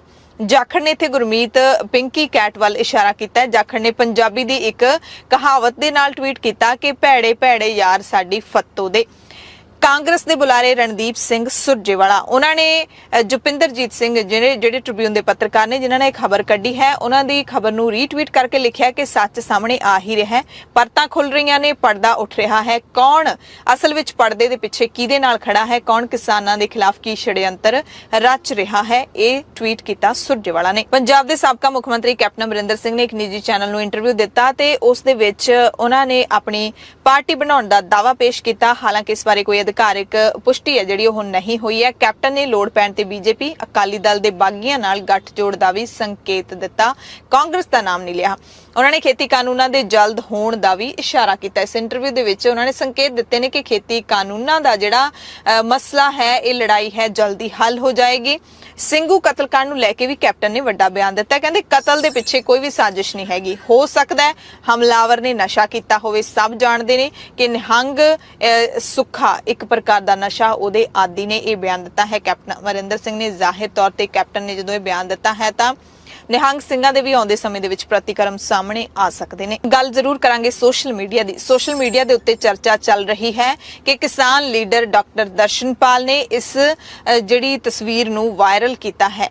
ਡਾਕਟਰ ਦਰਸ਼ਨਪਾਲ ਨੇ ਇਸ ਤਸਵੀਰ ਨੂੰ ਕਿਉਂ ਵਾਇਰਲ ਕੀਤਾ ਹੈ, ਇਸ ਬਾਰੇ ਵੱਖ-ਵੱਖ ਤਰ੍ਹਾਂ ਦੇ ਜਿਹੜੇ ਤਰਕ ਨੇ ਉਹ ਦਿੱਤੇ ਜਾ ਰਹੇ ਨੇ। ਖਾਸ ਤੌਰ ਤੇ ਕਿਸਾਨ ਮੋਰਚੇ ਦੇ ਆਈਟੀ ਸੈੱਲ ਦੇ ਇੱਕ ਨੌਜਵਾਨ ਦੇ ਇੱਕ ਕਮੈਂਟ ਨੂੰ ਸੋਸ਼ਲ ਮੀਡੀਆ ਦੇ ਉੱਤੇ ਇੱਕ ਕਮੈਂਟ ਨੂੰ ਆਧਾਰ ਬਣਾਇਆ ਜਾ ਰਿਹਾ ਹੈ ਤੇ ਉਸ ਕਮੈਂਟ ਦੇ ਆਧਾਰ ਤੇ ਹੀ ਕਿਹਾ ਜਾ ਰਿਹਾ ਹੈ ਕਿ ਡਾਕਟਰ ਦਰਸ਼ਨਪਾਲ ਨੇ ਇਸ ਤਸਵੀਰ ਨੂੰ ਵਾਇਰਲ ਕੀਤਾ ਹੋਵੇਗਾ। ਹਾਲਾਂਕਿ ਖਾਲਸ ਟੀਵੀ ਇਸ ਗੱਲ ਦੀ ਪੁਸ਼ਟੀ ਨਹੀਂ ਕਰਦਾ। ਇਹ ਸਿਰਫ ਸੋਸ਼ਲ ਮੀਡੀਆ ਦਾ ਇੱਕ ਜਿਹੜਾ ਪੱਖ ਹੁੰਦਾ ਹੈ ਉਹ ਰੱਖਣਾ ਵੀ ਜ਼ਰੂਰੀ ਹੁੰਦਾ ਹੈ। ਸਿੰਘੂ ਬਾਰਡਰ ਦੀ ਘਟਨਾ ਤੇ ਸਿੱਖ ਪ੍ਰਚਾਰਕ ਭਾਈ ਰਣਜੀਤ ਸਿੰਘ ਢੱਡਰੀਆਂ ਵਾਲਿਆਂ ਨੇ ਕਈ ਸਵਾਲ ਖੜੇ ਕੀਤੇ ਸੀ। 2-3 ਸਵਾਲ ਉਹਨਾਂ ਨੇ ਖੜੇ ਕੀਤੇ ਕਿ ਬੇਅਦਬੀ ਸ੍ਰੀ ਗੁਰੂ ਗ੍ਰੰਥ ਸਾਹਿਬ ਜੀ ਦੀ ਨਹੀਂ, ਸਰਬਲੋ ਦੀ ਪੋਥੀ ਦੀ ਹੋਈ ਹੈ। ਬੇਅਦਬੀ ਦਾ ਸਬੂਤ ਦਿਓ, ਬੇਅਦਬੀ ਕਿੱਥੇ ਹੋਈ ਹੈ। ਤੀਸਰਾ ਸਵਾਲ, ਗੁਰੂ ਘਰ ਜਾਣ ਵਾਲਿਆਂ ਨੂੰ ਉਹਨਾਂ ਨੇ ਡਰਾਵਾ ਦਿੱਤਾ ਤੇ ਸਿੱਖ ਪ੍ਰਚਾਰਕ ਭਾਈ ਕੁਲਦੀਪ ਸਿੰਘ ਗੜਗੱਜ ਨੇ ਜਿਹੜੇ ਰਣਜੀਤ ਸਿੰਘ ਢੱਡਰੀਆਂ ਵਾਲੇ ਨੇ ਉਹਨਾਂ ਦੇ ਸਾਰੇ ਸਵਾਲਾਂ ਦੇ ਤੱਥਾਂ ਸਮੇਤ ਜਵਾਬ ਦਿੱਤੇ ਨੇ। ਜਦੋਂ ਤੁਹਾਨੂੰ ਪੂਰੀ ਘਟਨਾ ਦਾ ਪਤਾ ਹੀ ਨਹੀਂ ਪਰ ਤੁਹਾਡਾ ਮਸਲਾ ਇਹ ਆ ਵੀ ਹਰ ਗੱਲ ਦੇ ਉੱਤੇ ਸਿੱਖਾਂ ਨੂੰ ਹੀ ਭੰਡਣਾ। ਪਹਿਲੀ ਗੱਲ ਤੇ ਇਹ ਆ ਵੀ ਜਦੋਂ ਕੋਈ ਬੇਅਦਬੀ ਕਰਨ ਆਇਆ ਵਾ ਤੇ ਉਹ ਹੁਣ ਰਮਾਲਾ ਸਾਹਿਬ ਖੋਲ ਕੇ ਥੋੜਾ ਦੇਖੂਗਾ ਵੀ ਇਹ ਸਰਬਲੋ ਗ੍ਰੰਥ ਦੀ ਪੋਥੀ ਆ, ਦਸਮ ਗ੍ਰੰਥ ਆ ਜਾਂ ਗੁਰੂ ਗ੍ਰੰਥ ਸਾਹਿਬ ਆ। ਉਹਦੀ ਮਨਸ਼ਾ ਜਿਹੜੀ ਆ ਉਹ ਬੇਅਦਬੀ ਕਰਨੀ ਆ। ਉਹ ਬੇਅਦਬੀ ਕਰਨ ਆਇਆ, ਉਹਨੂੰ ਕੋਈ ਮਤਲਬ ਨਹੀਂ ਹੈਗਾ ਉਹ ਕਿਹੜਾ ਗ੍ਰੰਥ ਆ। ਤੇ ਬੇਅਦਬੀ ਕਿਸੇ ਵੀ ਗ੍ਰੰਥ ਦੀ ਹੋਵੇ ਉਹ ਗਲਤ ਆ। ਬੇਅਦਬੀ ਕਿਸੇ ਵੀ ਗ੍ਰੰਥ ਦੀ ਹੋਵੇ ਉਹਨੂੰ ਕੱਲਾ ਸਿੱਖ ਹੀ ਨਹੀਂ, ਸ਼ਾਇਦ ਦੁਨੀਆ ਦਾ ਕੋਈ ਵੀ ਜਿਹੜਾ ਚੰਗਾ ਬੰਦਾ ਉਹ ਚੰਗਾ ਨਹੀਂ ਸਮਝੂਗਾ। ਕੱਲਾ ਗੁਰੂ ਨਾਨਕ ਪਾਤਸ਼ਾਹ ਦਾ ਐਸਾ ਦਰ ਤੇ ਘਰ ਹੈਗਾ ਵਾ ਜਿਹਦੇ ਬਾਰੇ ਇਹ ਸਿਧਾਂਤ ਆ ਕਿ ਖੱਤਰੀ, ਬ੍ਰਾਹਮਣ, ਸ਼ੂਦ, ਵੈਸ਼ ਉਪਦੇਸ਼ ਚੌਂ ਵਰਨਾ ਕੋ ਸਾਂਝਾ। ਕੁੱਲ ਦੁਨੀਆ ਦੇ ਵਿੱਚੋਂ ਲੋਕ ਜਿਹੜੇ ਆ ਉਹ ਗੁਰਦੁਆਰਿਆਂ ਦੇ ਵਿੱਚ ਜਾਂਦੇ ਆ। 4 ਦਰਵਾਜ਼ੇ ਆ। ਅੱਜ ਤੱਕ ਇਦਾਂ ਕਦੀ ਹੋਇਆ ਵਾ ਕਿ ਸਿੱਖਾਂ ਨੇ ਕਿਸੇ ਨੂੰ ਮੋਨੇ ਨੂੰ ਜਾਂ ਦੂਜੇ ਨੂੰ ਇਦਾਂ ਹੀ ਮਾਰਤਾ ਹੋਵੇ? ਅੱਜ ਤੱਕ ਇੱਥੋਂ ਤੱਕ ਕਿ ਨਿਹੰਗਾਂ ਦੇ ਵੀ ਬੜੇ ਗੁਰਦੁਆਰੇ ਆ। ਪਹਿਲੀ ਗੱਲ ਤੇ ਜਿਹੜੀ ਬੀਬੀ ਨੇ ਗੱਲ ਕੀਤੀ ਆ ਉਹ ਗੱਲਬਾਤ ਨੂੰ ਵੀ ਰਿਲੀਜ਼ ਕਰਨ ਕਿ ਉਹ ਬੀਬੀ ਕੌਣ ਇਹ ਵੀ ਤੇ ਪਤਾ ਲੱਗਣਾ ਚਾਹੀਦਾ। ਧਿਆਨ ਨਾਲ ਗੁਰਦੁਆਰਿਆਂ 'ਤੇ ਜਾਇਓ ਤੇ ਜੇ ਉਹ ਗੁਰਦੁਆਰੇ ਨਾ ਜਾਣ ਸਿੱਖ ਤੇ ਫਿਰ ਜਾਣ ਕਿੱਥੇ? ਕੱਲਾ ਇਹਦੇ ਡੇਰੇ ਵਿੱਚ ਆਉਣ। ਇਸ ਮੌਕੇ ਸ਼੍ਰੋਮਣੀ ਗੁਰਦੁਆਰਾ ਪ੍ਰਬੰਧਕ ਕਮੇਟੀ ਨੇ ਵੀ ਰਣਜੀਤ ਸਿੰਘ ਢੱਡਰੀਆਂ ਵਾਲਿਆਂ ਦੇ ਬਿਆਨ ਤੇ ਇਤਰਾਜ਼ ਪ੍ਰਗਟ ਕੀਤਾ ਹੈ। ਜੀਬੀਸੀ ਪ੍ਰਧਾਨ ਬੀਬੀ ਜਗੀਰ ਕੌਰ ਨੇ ਢੱਡਰੀਆਂ ਵਾਲਿਆਂ ਨੂੰ ਤਾੜਨਾ ਕਰਦਿਆਂ ਕਿਹਾ ਕਿ ਦਰਬਾਰ ਸਾਹਿਬ ਬਾਰੇ ਦਿੱਤੇ ਗਏ ਬਿਆਨਾਂ ਨੂੰ ਅਸੀਂ ਬਰਦਾਸ਼ਤ ਨਹੀਂ ਕਰਾਂਗੇ। ਜਗੀਰ ਕੌਰ ਨੇ ਕਿਹਾ ਕਿ ਮੈਨੂੰ ਅਫਸੋਸ ਹੈ ਕਿ ਢੱਡਰੀਆਂ ਵਾਲਾ ਸਿੰਘੂ ਬਾਰਡਰ ਬਾਰੇ ਜਿਵੇਂ ਚਾਹੇ ਗੱਲ ਕਰ ਸਕਦਾ ਹੈ, ਪਰ ਦਰਬਾਰ ਸਾਹਿਬ ਦੇ ਬਾਰੇ ਜੋ ਸ਼ਬਦ ਢੱਡਰੀਆਂ ਵਾਲਿਆਂ ਨੇ ਬੋਲੇ ਨੇ ਉਹ ਬਹੁਤ ਹੀ ਨਿੰਦਨਯੋਗ ਨੇ। ਉਹਨਾਂ ਕਿਹਾ ਕਿ ਅੱਜ ਤੱਕ ਦਰਬਾਰ ਸਾਹਿਬ ਵਿਖੇ ਕਿਸੇ ਨੇ ਸਹਾਰਾ ਨਹੀਂ ਲਿਆ ਤੇ ਨਾ ਹੀ ਕੋਈ ਸੋਚਦਾ ਹੋਵੇਗਾ ਕਿ ਦਰਬਾਰ ਸਾਹਿਬ ਉਹਨਾਂ ਨੂੰ ਸੁਰੱਖਿਆ ਹਿੱਤ ਤੋਂ ਕਿਸੇ ਨੂੰ ਨਾਲ ਲੈ ਕੇ ਜਾਣ ਦੀ ਲੋੜ ਹੈ ਤੇ ਸੰਗਤ ਦੇਸ਼ ਦੁਨੀਆ ਤੋਂ ਪਹੁੰਚਦੀ ਹੈ। ਸੱਚਖੰਡ ਸ੍ਰੀ ਦਰਬਾਰ ਸਾਹਿਬ ਦੀ ਇਮਾਰਤ ਹੀ ਸੁਨੇਹਾ ਦਿੰਦੀ ਹੈ ਕਿ ਚਾਰੇ ਦਰਵਾਜ਼ੇ ਸਾਰੇ ਧਰਮਾਂ ਦੇ ਲਈ, ਹਰ ਧਰਮ, ਹਰ ਵਰਨ, ਹਰ ਜਾਤ ਦੇ ਲੋਕਾਂ ਦੇ ਲਈ ਹਰ ਵੇਲੇ ਖੁੱਲੇ ਰਹਿੰਦੇ ਨੇ। ਢੱਡਰੀਆਂ ਵਾਲੇ ਨੂੰ ਇਹੋ ਜਿਹੇ ਸ਼ਬਦਾਂ ਨੂੰ ਵਰਤਣ ਲੱਗੇ ਗੁਰੇਜ਼ ਕਰਨਾ ਚਾਹੀਦਾ ਹੈ। ਕਿਤੇ ਇਹ ਨਾ ਹੋਵੇ ਕਿ ਸਿੱਖਾਂ ਦੇ ਵਿੱਚ ਇਹਨਾਂ ਸ਼ਬਦਾਂ ਨੂੰ ਲੈ ਕੇ ਢੱਡਰੀਆਂ ਵਾਲੇ ਦੇ ਖਿਲਾਫ ਕੋਈ ਰੋਹ ਆ ਜਾਵੇ। ਇਹ ਐਸਜੀਪੀਸੀ ਪ੍ਰਧਾਨ ਨੇ ਤਾੜਨਾ ਕੀਤੀ ਹੈ। ਇਹ ਕਿੰਨੇ ਮਾੜੇ ਸ਼ਬਦ ਹੈ ਜਿਹੜੇ ਉਹਨਾਂ ਨੇ ਵਿੱਚ ਬੋਲੇ। ਇਹਨੇ ਸਾਨੂੰ ਹਿਲਾ ਕੇ ਰੱਖ ਦਿੱਤਾ ਕਿ ਇੰਨੀ ਸੰਗਤਾਂ ਦੀ ਆਸਥਾ ਜੁੜੀ ਹੋਵੇ ਤੇ ਉਹਨਾਂ ਸੰਗਤਾਂ ਦੀ ਸ਼ਰਧਾ ਦੇ ਵਿੱਚ ਅੱਜ ਐਡਾ ਉਹਨਾਂ ਨੇ ਜਿਹੜਾ ਮਾੜੇ ਸ਼ਬਦ ਬੋਲੇ ਹੈ, ਬਹੁਤ ਨਿੰਦਣਯੋਗ ਹੈ। ਇਹਦੀ ਸਭ ਨੇ ਨਿੰਦਾ ਕੀਤੀ ਹੈ ਔਰ ਮੈਂ ਉਹਨਾਂ ਨੂੰ ਚਲੋ ਮੈਂ ਤਾਂ ਬੇਨਤੀ ਕਰ ਸਕਦੀ ਹਾਂ ਅਸੀਂ ਮੁੱਖ ਸੇਵਾਦਾਰ ਇਸ ਸਥਾਨ ਦੇ ਕਿ ਉਹਨਾਂ ਨੂੰ ਇਹੋ ਜਿਹੇ ਸ਼ਬਦ ਕਮ ਸੇ ਕਮ ਸਿਰਫ ਦਰਬਾਰ ਸਾਹਿਬ ਦੇ ਵਾਸਤੇ ਜਾਂ ਗੁਰੂ ਘਰਾਂ ਵਾਸਤੇ ਨਹੀਂ ਬੋਲਣੇ ਚਾਹੀਦੇ। ਕਿਸੇ ਵਿਅਕਤੀ ਨਾਲ ਕੋਈ ਦੁਸ਼ਮਣੀ ਕਰ ਸਕਦੇ ਹੈ, ਕਿਸੇ ਵਿਅਕਤੀ ਨਾਲ ਉਹ ਗੁੱਸੇ 'ਚ ਆ ਕੇ ਬੋਲ ਸਕਦੇ ਹੈ, ਉਹ ਵੱਖਰੀ ਗੱਲ ਹੈ। ਪਰ ਜੇ ਦਰਬਾਰ ਸਾਹਿਬ ਦੇ ਸੰਬੰਧ ਵਿੱਚ ਇਹ ਕਹਿਣਾ ਜਿੱਥੇ ਕਿ ਲੋਕ ਆ ਕੇ ਆਸਰਾ ਲੈਂਦੇ ਹੈ, ਅੱਜ ਤੱਕ ਕੋਈ ਵਿਅਕਤੀ ਦੱਸ ਦੇਵੇ ਇਹ ਤੇ ਚੌਂ ਵਰਨਾ ਕੋ ਸਾਂਝਾ ਉਪਦੇਸ਼, ਜਿਹੜੇ ਚੌਂ ਵਰਨਾ ਕੋ ਉਪਦੇਸ਼ ਚੌਂ ਵਰਨਾ ਕੋ ਸਾਂਝਾ, ਇੱਥੇ ਤੇ ਉਹ ਹੈ ਵੀ ਭਾਵੇਂ ਕੋਈ ਵਰਨ ਦਾ ਆ ਜੇ, ਕਿਸੇ ਧਰਮ ਦਾ ਆ ਜੇ, ਹਰ ਇੱਕ ਨੂੰ ਗੱਲ ਨਾਲ ਲਾਇਆ ਜਾਂਦਾ ਹੈ। ਦਰਅਸਲ ਰਣਜੀਤ ਸਿੰਘ ਢੱਡਰੀਆਂ ਵਾਲਿਆਂ ਨੇ ਜੋ ਸਵਾਲ ਚੁੱਕੇ ਸੀ ਸਿੰਘੂ ਬਾਰਡਰ ਵਾਲੀ ਘਟਨਾ ਤੇ ਉਹਦੇ ਵਿੱਚ ਉਹਨਾਂ ਨੇ ਇਹ ਵੀ ਕਿਹਾ ਸੀ ਕਿ ਹੁਣ ਜਿਹੜੇ ਪਤਿਤ ਸਿੱਖ ਨੇ, ਜਿਹੜੇ ਮੋਨੇ ਸਿੱਖ ਨੇ, ਜਿਨ੍ਹਾਂ ਨੇ ਕੇਸ ਦਾੜੀ ਕਟਾਏ ਹੋਏ ਨੇ, ਉਹਨਾਂ ਨੂੰ ਗੁਰਦੁਆਰੇ ਜਾਣ ਲੱਗੇ ਧਿਆਨ ਰੱਖਣਾ ਚਾਹੀਦਾ ਹੈ। ਯਾਨੀ ਕਿ ਡਰਾਉਣ ਦੀ ਕੋਸ਼ਿਸ਼ ਕੀਤੀ, ਪਤਿਤ ਸਿੱਖਾਂ ਨੂੰ ਗੁਰੂ ਘਰ ਜਾਣ ਦੇ ਲਈ ਡਰਾਉਣ ਦੀ ਕੋਸ਼ਿਸ਼ ਕੀਤੀ ਕਿ ਹੋ ਸਕਦਾ ਬੇਅਦਬੀ ਦੇ ਦੋਸ਼ ਵਿੱਚ ਤੁਹਾਨੂੰ ਵੀ ਉੱਥੇ ਵੱਢ ਦਿੱਤਾ ਜਾਵੇ। ਲਖੀਮਪੁਰ ਖੀਰੀ ਕਤਲकांड ਦੇ ਨਾਲ ਜੁੜੀਆਂ ਕੁਝ ਅਹਿਮ ਅਪਡੇਟਸ ਨੇ। ਸੁਪਰੀਮ ਕੋਰਟ ਨੇ ਇਸ ਘਟਨਾ ਦਾ ਸਿਓ ਮੋਟੋ ਲਿਆ ਸੀ ਅਤੇ ਸੁਣਵਾਈ ਹੈ ਜਿਹੜੀ ਸੁਪਰੀਮ ਕੋਰਟ ਦੇ ਵਿੱਚ ਚੱਲ ਰਹੀ ਹੈ। ਅਗਲੀ ਸੁਣਵਾਈ ਬੁੱਧਵਾਰ 20 ਅਕਤੂਬਰ ਨੂੰ ਹੋਵੇਗੀ। ਇਹਦੇ ਵਿੱਚ ਜਿਹੜੀ ਘਟਨਾ ਸੀ ਉਹਦੇ ਵਿੱਚ 8 ਜਣਿਆਂ ਦੀ ਮੌਤ ਹੋਈ ਸੀ। 5 ਕਿਸਾਨ ਨੇ ਜਿਹੜੇ ਉਹ ਮਾਰੇ ਗਏ ਸੀ। ਉਹਨਾਂ ਨੂੰ ਬੀਜੇਪੀ ਦੇ ਵਰਕਰਾਂ ਨੇ ਅਤੇ ਮੰਤਰੀ ਦੇ ਪੁੱਤ ਨੇ ਗੱਡੀਆਂ ਦੇ ਥੱਲੇ ਦਰੜ ਕੇ ਮਾਰ ਦਿੱਤਾ ਸੀ। ਚੀਫ ਜਸਟਿਸ ਐਨਵੀ ਰਾਮੰਨਾ ਦੀ ਅਗਵਾਈ ਵਾਲਾ ਬੈਂਚ ਹੈ ਜਿਹੜਾ ਉਹ ਇਸ ਕੇਸ ਦੀ ਸੁਣਵਾਈ ਕਰ ਰਿਹਾ ਹੈ। 8 ਅਕਤੂਬਰ ਨੂੰ ਜਿਹੜੀ ਸੁਣਵਾਈ ਹੋਈ ਸੀ ਉਹਦੇ ਵਿੱਚ ਸੁਪਰੀਮ ਕੋਰਟ ਨੇ ਕਾਫੀ ਤਿੱਖੀ ਝਾੜ ਯੋਗੀ ਸਰਕਾਰ ਨੂੰ ਪਾਈ ਸੀ। ਬੇਰਹਿਮੀ ਨਾਲ ਕਤਲ ਸੰਬੰਧੀ ਚੁੱਕੇ ਗਏ ਕਦਮਾਂ ਦੇ ਬਾਰੇ ਪੁੱਛਿਆ ਸੀ। यूपी सरकार ने जो जवाब दिते सी उस तो सुप्रीम कोर्ट ने जिहड़ी असंतुष्टि जाहिर की सी। हुण बुधवार की सुनवाई दे विच की कुछ होने वाला है वो बड़ा अहम रहेगा। ਤੇ ਇਸ ਘਟਨਾ ਦੀ ਜਾਂਚ ਕਰ ਰਹੀ ਵਿਸ਼ੇਸ਼ ਜਾਂਚ ਟੀਮ ਨੇ ਸਥਾਨਕ ਕਿਸਾਨਾਂ ਤੋਂ ਵੀ ਪੁੱਛ ਪੜਤਾਲ ਸ਼ੁਰੂ ਕਰ ਦਿੱਤੀ ਹੈ। ਸਿੱਟ ਨੇ 3 ਅਕਤੂਬਰ ਨੂੰ ਲਖੀਮਪੁਰ ਖੀਰੀ ਦੇ ਵਿੱਚ ਵਾਪਰੇ ਕਤਲ ਕਾਂਡ ਦੇ ਵਿੱਚ ਜਿਹੜੇ 3 ਭਾਜਪਾ ਵਰਕਰਾਂ ਦੀ ਮੌਤ ਹੋਈ ਸੀ ਉਸ ਦੇ ਸੰਬੰਧ ਵਿੱਚ ਜਿਹੜੀ FIR ਦਰਜ ਕੀਤੀ ਗਈ ਹੈ ਉਹਦੇ ਵਿੱਚ 50 ਤੋਂ ਵੱਧ ਕਿਸਾਨਾਂ ਨੂੰ ਤਲਬ ਕੀਤਾ। 15 ਕਿਸਾਨ ਸੋਮਵਾਰ ਨੂੰ ਸਿੱਟ ਦੇ ਸਾਹਮਣੇ ਪੇਸ਼ ਹੋਏ। ਸਿੱਟ ਅਧਿਕਾਰੀ ਨੇ ਦੱਸਿਆ ਕਿ ਅਸੀਂ ਦੋਵਾਂ FIRs ਦੀ ਜਾਂਚ ਕਰ ਰਹੇ ਹਾਂ। ਦੂਸਰੀ FIR ਦੇ ਸੰਬੰਧ ਵਿੱਚ ਹੀ ਕਿਸਾਨਾਂ ਨੂੰ ਤਲਬ ਕੀਤਾ ਗਿਆ ਸੀ। ਹਰੇਕ ਕਿਸਾਨ ਤੋਂ ਕਹਿੰਦੇ ਅਧਿਕਾਰੀਆਂ ਨੇ ਜਿਹੜੇ ਉਹਨਾਂ ਦੇ ਵਕੀਲ, ਕਿਸਾਨਾਂ ਦੇ ਵਕੀਲ ਮੁਹੰਮਦ ਅਮਾਨ ਦੀ ਮੌਜੂਦਗੀ ਦੇ ਵਿੱਚ 15 ਮਿੰਟ ਤੋਂ ਵੀ ਵੱਧ ਸਮੇਂ ਦੇ ਲਈ ਪੁੱਛ ਪੜਤਾਲ ਕੀਤੀ। ਇੱਕ ਕਿਸਾਨ ਲੀਡਰ ਜਸਵੀਰ ਸਿੰਘ ਵਿਰਕ ਨੇ ਜਿਹੜੇ ਯੂਪੀ ਦੇ, ਉਹਨਾਂ ਨੇ ਦੱਸਿਆ ਕਿ ਸਿੱਟ ਦੇ ਸਾਹਮਣੇ ਪੇਸ਼ ਹੋਏ 15 ਕਿਸਾਨਾਂ ਦੇ ਵਿੱਚੋਂ ਸਿਰਫ 11 ਕਿਸਾਨਾਂ ਦੇ ਹੀ ਬਿਆਨ ਦਰਜ ਹੋਏ ਨੇ ਕਿਉਂਕਿ ਲੰਬਾ ਸਮਾਂ ਜਿਹੜੀ ਪੁੱਛ ਪੜਤਾਲ ਚੱਲੀ ਹੈ ਤੇ 11 ਕਿਸਾਨਾਂ ਦੇ ਹੀ ਬਿਆਨ ਦਰਜ ਹੋ ਸਕੇ ਨੇ। ਤੇ ਇਸ ਕਤਲकांड ਦੇ ਵਿੱਚ 4 ਹੋਰ ਗ੍ਰਿਫਤਾਰੀਆਂ ਹੋਈਆਂ ਨੇ। ਕਿਸਾਨਾਂ ਨੂੰ ਦਰੜ ਕੇ ਮਾਰਨ ਵਾਲੀ SUV ਦੇ ਅੰਦਰ ਬੈਠੇ ਬੀਜੇਪੀ ਲੀਡਰ ਸਮੇਤ 4 ਹੋਰਾਂ ਨੂੰ ਗ੍ਰਿਫਤਾਰ ਕੀਤਾ ਗਿਆ ਹੈ।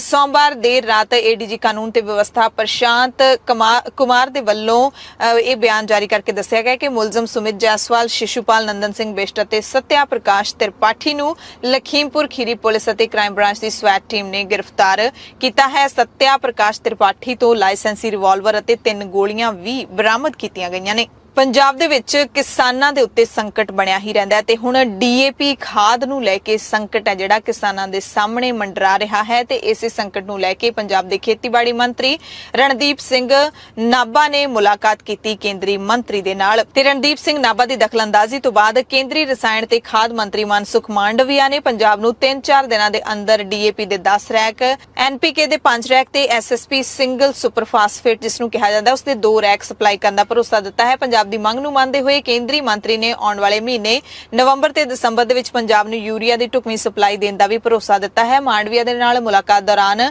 ਪੰਜਾਬ ਦੇ ਖੇਤੀਬਾੜੀ ਮੰਤਰੀ ਰਣਦੀਪ ਸਿੰਘ ਨੇ ਕੇਂਦਰੀ ਮੰਤਰੀ ਨੂੰ ਦੱਸਿਆ ਕਿ ਹਾੜੀ ਦੀਆਂ ਫਸਲਾਂ ਦੇ ਲਈ ਕੁੱਲ 5,50,000 ਟਨ DAP ਦੀ ਲੋੜ ਹੈ ਜਿਹਦੇ ਵਿੱਚ ਅਕਤੂਬਰ ਤੇ ਨਵੰਬਰ ਦੇ ਵਿੱਚ ਕਣਕ ਦੀ ਫਸਲ ਦੀ ਸਮੇਂ ਸਿਰ ਬਿਜਾਈ ਦੇ ਲਈ 4,80,000 ਟਨ DAP ਦੀ ਲੋੜ ਹੈ। ਤਾਂ ਜੋ ਕਣਕ ਦੀ ਵੱਧ ਤੋਂ ਵੱਧ ਪੈਦਾਵਾਰ ਨੂੰ ਯਕੀਨੀ ਬਣਾਇਆ ਜਾ ਸਕੇ। ਮੰਤਰੀ ਨੇ ਕਿਹਾ ਕਿ ਅਸੀਂ ਕੇਂਦਰੀ ਮੰਤਰੀ ਨੂੰ ਜਾਣਕਾਰੀ ਦਿੱਤੀ ਹੈ ਕਿ ਪੰਜਾਬ ਨੂੰ ਉੱਤਰ ਪ੍ਰਦੇਸ਼ ਅਤੇ ਹਰਿਆਣਾ ਦੇ ਮੁਕਾਬਲੇ ਡੀਏਪੀ ਦੀ ਮਾਤਰਾ ਬਹੁਤ ਘੱਟ ਅਲਾਟ ਕੀਤੀ ਜਾ ਰਹੀ ਹੈ। ਇਸ ਸੰਵੇਦਨਸ਼ੀਲ ਮੁੱਦੇ ਤੇ ਅਸੀਂ ਪਿਛਲੇ 6 ਮਹੀਨਿਆਂ ਤੋਂ ਕੇਂਦਰ ਸਰਕਾਰ ਨੂੰ ਲਿਖ ਰਹੇ ਹਾਂ। ਸੋ ਇਹਦੇ ਵਿੱਚ ਇਹ ਗੱਲ ਸਮਝਣ ਦੀ ਲੋੜ ਹੈ ਕਿ ਪੰਜਾਬ ਨੂੰ ਯੂਪੀ ਤੇ ਹਰਿਆਣਾ ਦੇ ਮੁਕਾਬਲੇ ਬਹੁਤ ਘੱਟ ਡੀਏਪੀ ਦੀ ਸਪਲਾਈ ਦਿੱਤੀ ਜਾ ਰਹੀ ਹੈ। ਇਸ ਦੇ ਵਿੱਚ ਹੁਣ ਕੇਂਦਰ ਸਰਕਾਰ ਦੀ ਕੀ ਖਿਜ ਹੈ ਪੰਜਾਬ ਦੇ ਨਾਲ, ਜਾਂ ਫਿਰ ਕਿਸਾਨੀ ਅੰਦੋਲਨ ਕਰਕੇ ਕੇਂਦਰ ਸਰਕਾਰ ਪੰਜਾਬ ਦੇ ਕਿਸਾਨਾਂ ਦੇ ਨਾਲ ਕੋਈ ਦੁਸ਼ਮਣੀ ਕੱਢ ਰਹੀ ਹੈ, ਇਹ ਤਾਂ ਹੁਣ ਕੇਂਦਰ ਸਰਕਾਰ ਹੀ ਜਾਣਦੀ ਹੈ। ਪੰਜਾਬ ਦੇ ਟਰਾਂਸਪੋਰਟ ਮੰਤਰੀ ਇਸ ਵਕਤ ਦੇ ਸਭ ਤੋਂ ਐਕਟਿਵ ਮੰਤਰੀ ਕਹੇ ਜਾ ਸਕਦੇ ਨੇ ਅਮਰਿੰਦਰ ਸਿੰਘ ਰਾਜਾ ਵੜਿੰਗ। ਉਹਨਾਂ ਨੇ ਪ੍ਰਾਈਵੇਟ ਬੱਸ ਆਪਰੇਟਰਾਂ ਦੇ ਵੱਲੋਂ ਧੱਕੇ ਦੇ ਲਾਏ ਜਾ ਰਹੇ ਦੋਸ਼ਾਂ ਬਾਰੇ ਸਪਸ਼ਟ ਕਰਦਿਆਂ ਕਿਹਾ ਕਿ ਸੂਬਾ ਸਰਕਾਰ ਦੇ ਵੱਲੋਂ ਸਿਰਫ 2021 ਸਾਲ ਦਾ ਹੀ ਟੈਕਸ ਪ੍ਰਾਈਵੇਟ ਬੱਸ ਮਾਲਕਾਂ ਤੋਂ ਵਸੂਲਿਆ ਜਾ ਰਿਹਾ ਹੈ, ਕਿਸੇ ਨਾਲ ਕੋਈ ਧੱਕਾ ਨਹੀਂ ਕੀਤਾ ਜਾ ਰਿਹਾ। ਸ੍ਰੀ ਮੁਕਤਸਰ ਸਾਹਿਬ ਵਿਖੇ ਪੰਜਾਬ ਰੋਡਵੇਜ਼ ਦੇ ਬੱਸ ਡਿਪੂ ਦਾ ਜਾਇਜ਼ਾ ਲੈਣ ਪਹੁੰਚੇ ਵੜਿੰਗ ਨੇ ਪੱਤਰਕਾਰਾਂ ਨਾਲ ਗੱਲਬਾਤ ਦੌਰਾਨ ਦੱਸਿਆ ਕਿ ਕਿਸੇ ਵੀ ਪ੍ਰਾਈਵੇਟ ਬੱਸ ਨੂੰ ਬੰਦ ਨਹੀਂ ਕੀਤਾ ਜਾ ਰਿਹਾ, ਸਗੋਂ ਸੂਬਾ ਸਰਕਾਰ ਦੇ ਵੱਲੋਂ ਬੱਸ ਟਰਾਂਸਪੋਰਟਰਾਂ ਦਾ ਕਰੋਨਾ ਮਹਾਮਾਰੀ ਦੇ ਸਮੇਂ ਦਾ ਟੈਕਸ ਮਾਫ ਕੀਤਾ ਗਿਆ ਹੈ। ਉਹਨਾਂ ਨੇ ਕਿਹਾ ਕਿ ਜਿਹੜਾ ਟੈਕਸ ਦੇਣ ਤੋਂ ਪ੍ਰਾਈਵੇਟ ਬੱਸ ਆਪਰੇਟਰ ਪਿਛਲੇ ਕਰੀਬ 10 ਮਹੀਨਿਆਂ ਤੋਂ ਟਾਲਾ ਵੱਟ ਰਹੇ ਨੇ, ਉਹ ਟੈਕਸ ਬੱਸ ਆਪਰੇਟਰਾਂ ਦੇ ਵੱਲੋਂ ਸਵਾਰੀਆਂ ਤੋਂ ਟਿਕਟ ਦੇ ਰੂਪ 'ਚ ਪਹਿਲਾਂ ਹੀ ਵਸੂਲ ਲਿਆ ਗਿਆ। ਟਰਾਂਸਪੋਰਟ ਮੰਤਰੀ ਨੇ ਇਹ ਵੀ ਦੱਸਿਆ, ਜਿਹੜਾ ਉਹ ਹਰ ਰੋਜ਼ ਦੱਸਦੇ ਨੇ, ਕਿ ਸਰਕਾਰੀ ਬੱਸਾਂ ਦੀ ਰੋਜ਼ਾਨਾ ਆਮਦਨ ਦੇ ਵਿੱਚ 40 ਲੱਖ ਰੁਪਏ ਦਾ ਵਾਧਾ ਹੋਇਆ। ਸਰਕਾਰੀ ਡਿਪੂ ਹੁਣ ਮੁਨਾਫੇ ਦੇ ਰਾਹ ਤੇ ਚੱਲ ਪਏ ਨੇ। ਨਾਲ ਹੀ ਉਹਨਾਂ ਨੇ ਸ੍ਰੀ ਮੁਕਤਸਰ ਸਾਹਿਬ ਦੇ ਬੱਸ ਸਟੈਂਡ ਨੂੰ ਨਵੀਂ ਦਿੱਖ ਦੇਣ ਦੇ ਲਈ 56 ਲੱਖ ਰੁਪਏ ਦਾ ਐਲਾਨ ਵੀ ਕੀਤਾ ਕਿ ਨਵੀਂ ਦਿੱਖ ਦਿੱਤੀ ਜਾਵੇਗੀ, ਮੁਰੰਮਤ ਕੀਤੀ ਜਾਵੇਗੀ। ਛੇਤੀ ਤੋਂ ਛੇਤੀ ਕੰਮ ਮੁਕੰਮਲ ਕਰਨ ਦੇ ਲਈ PWD ਨੂੰ ਕਹਿ ਵੀ ਦਿੱਤਾ ਗਿਆ। ਕਾਂਗਰਸ ਦੀ ਨਵੀਂ ਜਿਹੜੀ ਕੈਬਨਿਟ ਬਣੀ ਹੈ, ਉਸ ਦੇ ਵੱਲੋਂ ਜਿੱਥੇ ਰਹਿੰਦੇ ਮਹੀਨਿਆਂ ਦੇ ਵਿੱਚ ਧੜਾ-ਧੜ ਕੰਮ ਕੀਤੇ ਜਾਣ ਦੀ ਕੋਸ਼ਿਸ਼ ਕੀਤੀ ਜਾ ਰਹੀ ਹੈ ਤਾਂ ਕਿ ਆਉਂਦੀਆਂ ਜਿਹੜੀਆਂ ਵੋਟਾਂ ਦੇ ਵਿੱਚ ਕਾਂਗਰਸ ਹੀ ਸਰਕਾਰ ਬਣਾ ਸਕੇ, ਉੱਥੇ ਹੀ ਦੂਸਰੀਆਂ ਪਾਰਟੀਆਂ ਵੀ ਅੱਡੀ ਚੋਟੀ ਦਾ ਜ਼ੋਰ ਲਾ ਰਹੀਆਂ ਨੇ। ਸੁਖਬੀਰ ਬਾਦਲ ਨੇ ਟਵਿੱਟਰ ਦੇ ਉੱਤੇ ਵੀਡੀਓ ਸ਼ੇਅਰ ਕਰਕੇ ਦਾਅਵਾ ਕੀਤਾ ਹੈ ਕਿ ਅਗਲੇ 4 ਸਾਲਾਂ ਦੇ ਵਿੱਚ ਮੈਂ ਗਰੀਬ ਘਰਾਂ ਦੇ ਬੱਚਿਆਂ ਨੂੰ ਡਾਕਟਰ ਬਣਾ ਦੇਵਾਂਗਾ। ਦਾਅਵਾ ਕੀਤਾ ਕਿ ਅਕਾਲੀ ਸਰਕਾਰ ਬਣਨ ਦੇ ਉੱਤੇ ਪੰਜਾਬ ਦੇ ਵਿੱਚ ਵਿਦਿਅਕ ਖੇਤਰ ਵਿੱਚ ਕ੍ਰਾਂਤੀਕਾਰੀ ਤਬਦੀਲੀ ਦੇਖਣ ਨੂੰ ਮਿਲੇਗੀ। ਅਗਲੇ 4 ਸਾਲਾਂ ਦੇ ਵਿੱਚ ਗਰੀਬ ਘਰਾਂ ਦੇ ਬੱਚਿਆਂ ਨੂੰ ਮੈਂ ਡਾਕਟਰ ਬਣਾ ਕੇ ਦਿਖਾਵਾਂਗਾ। ਕਿਸੇ ਵੀ ਤਰ੍ਹਾਂ ਦੀ ਸਹੂਲਤ ਹਰ ਵਰਗ ਦੇ ਗਰੀਬ ਨੂੰ ਮਿਲਣੀ ਚਾਹੀਦੀ ਹੈ।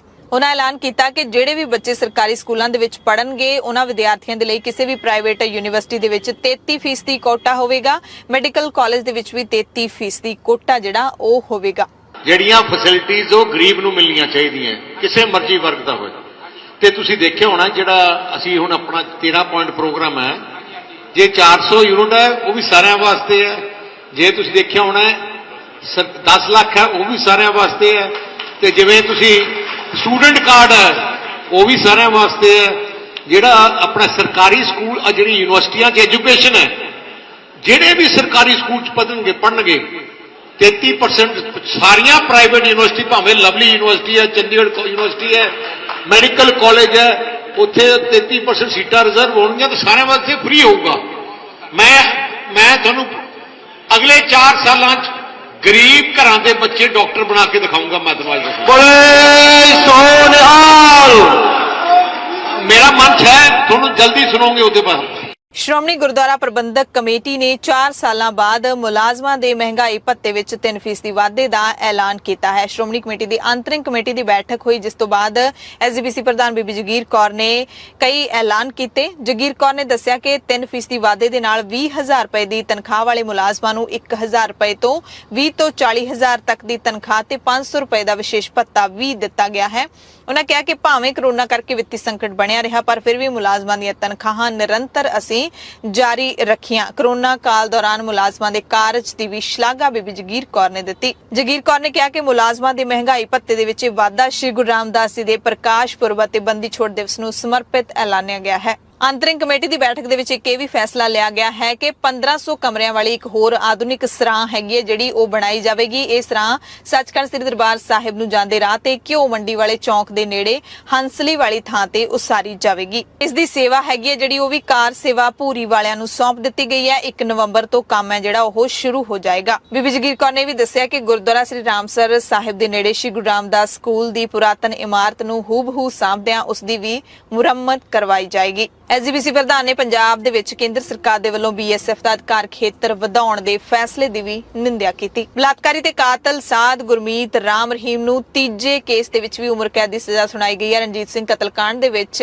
ਇੱਕ ਦਿਨ ਪਹਿਲਾਂ ਹੀ 18 ਅਕਤੂਬਰ ਨੂੰ ਉਮਰ ਕੈਦ ਦੀ ਸਜ਼ਾ ਸੁਣਾਈ ਗਈ ਹੈ। ਯਾਨੀ ਕਿ ਵਕੀਲ ਕਹਿੰਦੇ ਨੇ ਕਿ ਹੁਣ ਉਹ ਕਦੇ ਵੀ ਸ਼ਾਇਦ ਜੇਲ੍ਹ ਚੋਂ ਬਾਹਰ ਨਹੀਂ ਆ ਸਕੇਗਾ। ਤੇ ਉਧਰ ਡੇਰਾ ਸਿਰਸਾ ਦੇ ਵਿੱਚ ਸੁੰਨ-ਮਸਾਨ ਪਸਰੀ ਹੋਈ ਸੀ। ਇਸੇ ਦਰਮਿਆਨ ਰਾਮ ਰਹੀਮ ਦੇ ਵਕੀਲਾਂ ਨੇ ਕਿਹਾ ਹੈ ਕਿ ਕੋਰਟ ਨੇ ਸਾਰੀਆਂ ਦਲੀਲਾਂ ਨੂੰ ਰੱਦ ਕਰਦਿਆਂ ਇੱਕ ਤਰਫਾ ਫੈਸਲਾ ਸੁਣਾਇਆ ਹੈ। ਜੱਜਮੈਂਟ ਦੀ ਕਾਪੀ ਮਿਲਣ ਤੋਂ ਬਾਅਦ ਅਸੀਂ ਇਸ ਫੈਸਲੇ ਨੂੰ ਹਾਈ ਕੋਰਟ ਦੇ ਵਿੱਚ ਚੁਣੌਤੀ ਦੇਵਾਂਗੇ। ਸ਼੍ਰੋਮਣੀ ਅਕਾਲੀ ਦਲ ਦੇ ਪ੍ਰਧਾਨ ਸੁਖਬੀਰ ਸਿੰਘ ਬਾਦਲ ਨੇ 4 ਹੋਰ ਉਮੀਦਵਾਰਾਂ ਦਾ ਐਲਾਨ ਕਰ ਦਿੱਤਾ ਹੈ 2022 ਦੀਆਂ ਵਿਧਾਨ ਸਭਾ ਚੋਣਾਂ ਦੇ ਲਈ। ਤੇ ਹੁਣ ਤੱਕ ਪਾਰਟੀ ਦੇ ਕੁੱਲ ਉਮੀਦਵਾਰਾਂ ਦੀ ਗਿਣਤੀ ਹੈ ਜਿਹੜੀ ਉਹ 74 ਹੋ ਚੁੱਕੀ ਹੈ। 74 ਉਮੀਦਵਾਰਾਂ ਦਾ ਯਾਨੀ ਕਿ ਐਲਾਨ ਕੀਤਾ ਜਾ ਚੁੱਕਿਆ ਹੈ।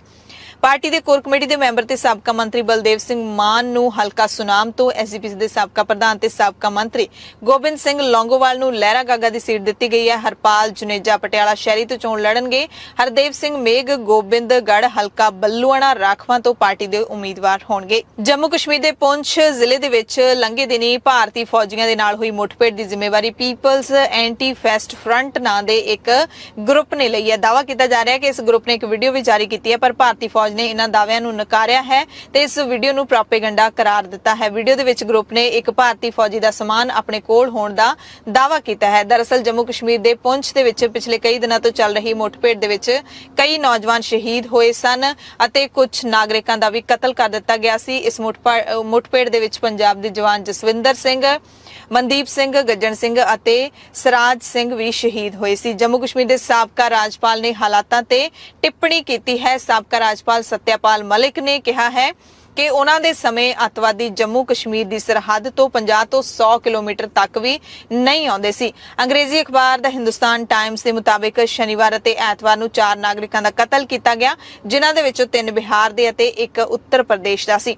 ਮੇਘਾਲਿਆ ਦੇ ਰਾਜਪਾਲ ਦੇ ਵੱਲੋਂ ਇਹਨਾਂ ਹਾਲਾਤਾਂ ਤੇ ਹੀ ਟਿੱਪਣੀ ਕੀਤੀ ਗਈ ਹੈ। ਮਲਿਕ ਨੇ ਕਿਸਾਨੀ ਸੰਘਰਸ਼ ਤੇ ਵੀ ਟਿੱਪਣੀ ਕਰਦਿਆਂ ਕਿਹਾ ਕਿ ਜੇ ਸੰਘਰਸ਼ ਕਰ ਰਹੇ ਕਿਸਾਨਾਂ ਦੀ ਗੱਲਬਾਤ ਨਾ ਸੁਣੀ ਸਰਕਾਰ ਨੇ ਤਾਂ ਬੀਜੇਪੀ ਮੁੜ ਸੱਤਾ ਦੇ ਵਿੱਚ ਨਹੀਂ ਆ ਸਕੇਗੀ। ਕਰਨਾਟਕਾ ਤੋਂ ਇੱਕ ਖਬਰ ਹੈ। ਚਿੱਤਰਦੁਰਗ ਦੇ ਵਿੱਚ 17 ਸਾਲ ਦੀ ਇੱਕ ਲੜਕੀ ਨੇ ਆਪਣੇ ਸਾਰੇ ਟੱਬਰ ਨੂੰ ਜ਼ਹਿਰ ਦੇ ਕੇ ਮਾਰ ਦਿੱਤਾ। ਮੌਤ ਦੇ ਘਾਟ ਤਾਂ ਉਤਾਰਿਆ ਗਿਆ ਕਿਉਂਕਿ ਉਸ ਨੂੰ ਸ਼ੱਕ ਸੀ ਕਿ ਮਾਪੇ ਉਸ ਦੇ ਨਾਲ ਵੱਧ ਪਿਆਰ ਨਹੀਂ ਕਰਦੇ, ਬਲਕਿ ਉਹਦੇ ਨਾਲੋਂ ਵੱਧ ਪਿਆਰ ਉਹਦੇ ਭੈਣ ਭਰਾਵਾਂ ਨੂੰ ਕਰਦੇ ਨੇ। ਜ਼ਿਲ੍ਹੇ ਦੇ ਇਸਮੁਦਰਾ ਪਿੰਡ ਦੇ ਲਾਂਬਾਨੀ ਹੱਟੀ ਵਿੱਚ ਜੁਲਾਈ ਦੇ ਵਿੱਚ ਹੋਈਆਂ ਮੌਤਾਂ ਦੀ ਸੱਚਾਈ ਹੁਣ ਸਾਹਮਣੇ ਆਈ ਹੈ। ਜੁਲਾਈ ਦੇ ਵਿੱਚ ਇੱਕ ਕਤਲ ਕੀਤੇ ਸੀ। 17 ਸਾਲ ਦੀ ਲੜਕੀ ਨੇ ਆਪਣੇ ਸਾਰੇ ਪਰਿਵਾਰ ਨੂੰ ਮਾਰ ਦਿੱਤਾ ਸੀ। ਮਰਨ ਵਾਲਿਆਂ ਦੇ ਵਿੱਚ ਮੁਲਜ਼ਮ ਦੇ ਮਾਪੇ, ਦਾਦੀ ਤੇ ਭੈਣ ਸ਼ਾਮਲ ਸਨ, ਜਦੋਂ ਕਿ ਉਸ ਦਾ 19 ਸਾਲ ਦਾ ਭਰਾ ਜੋ ਕਿ ਜ਼ਹਿਰ ਕਾਰਨ ਬਿਮਾਰ ਹੋ ਗਿਆ ਸੀ ਉਹ ਬਚ ਗਿਆ ਹੈ।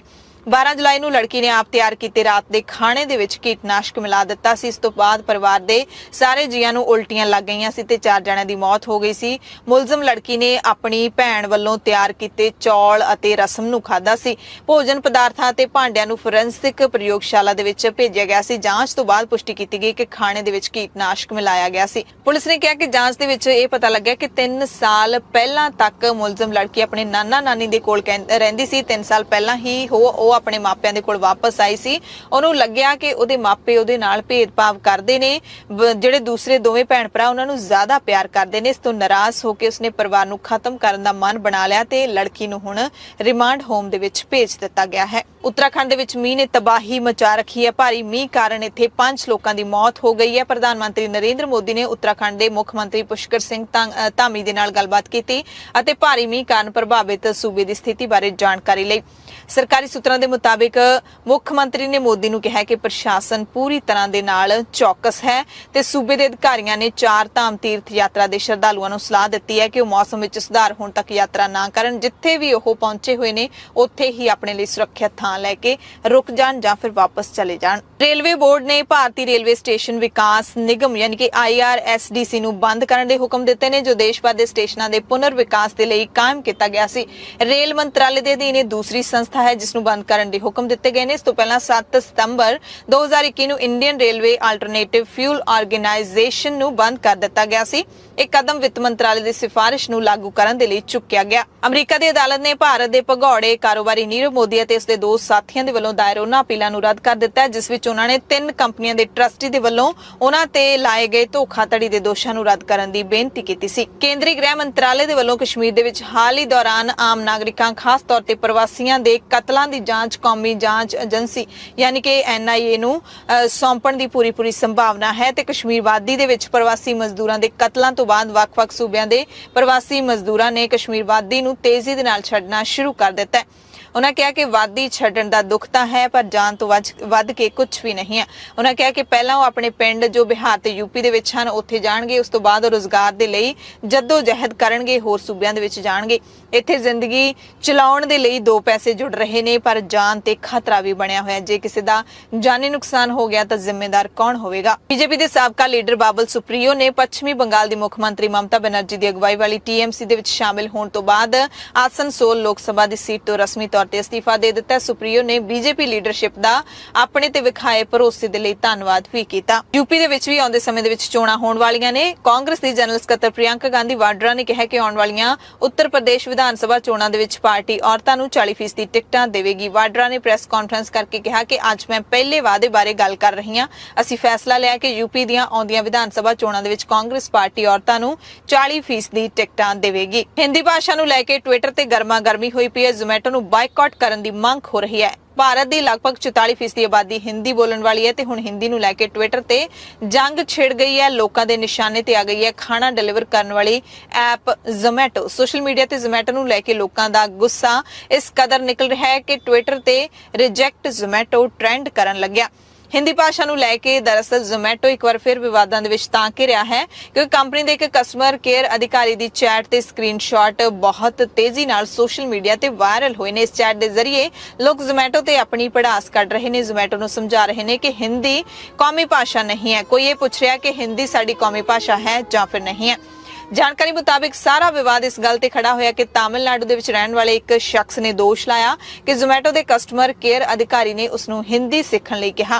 ਹੁਣ ਇਸ ਚੈਟ ਦੇ ਸਕਰੀਨਸ਼ਾਟਸ ਨੂੰ ਸ਼ੇਅਰ ਕਰਦੇ ਹੋਏ ਵਿਕਾਸ ਨਾਂ ਦੇ ਸ਼ਖਸ ਨੇ ਲਿਖਿਆ ਹੈ ਕਿ ਕਸਟਮਰ ਕੇਅਰ ਦਾ ਕਹਿਣਾ ਹੈ ਕਿ ਮੇਰਾ ਰਿਫੰਡ ਇਸ ਲਈ ਨਹੀਂ ਦਿੱਤਾ ਗਿਆ ਕਿਉਂਕਿ ਮੈਨੂੰ ਹਿੰਦੀ ਨਹੀਂ ਆਉਂਦੀ। ਐਨਾ ਹੀ ਨਹੀਂ, ਉਹਨਾਂ ਨੇ ਮੈਨੂੰ ਝੂਠਾ ਵੀ ਕਰਾਰ ਦੇ ਦਿੱਤਾ। ਹੁਣ ਜ਼ੋਮੈਟੋ ਦੇ ਕਰਮਚਾਰੀ ਤੇ ਵੀ ਦੋਸ਼ ਲੱਗ ਰਿਹਾ ਹੈ ਕਿ ਉਸਨੇ ਆਪਣੇ ਗਾਹਕ ਨੂੰ ਕਿਹਾ ਕਿ ਹਿੰਦੀ ਸਾਡੀ ਕੌਮੀ ਭਾਸ਼ਾ ਹੈ। ਸਭ ਨੂੰ ਥੋੜੀ ਸ਼ਰਮ ਆਉਣੀ ਚਾਹੀਦੀ ਹੈ ਪਰ ਸੱਚਾਈ ਇਹ ਹੈ ਕਿ ਭਾਰਤ ਦੀ ਕੋਈ ਕੌਮੀ ਭਾਸ਼ਾ ਨਹੀਂ ਹੈ।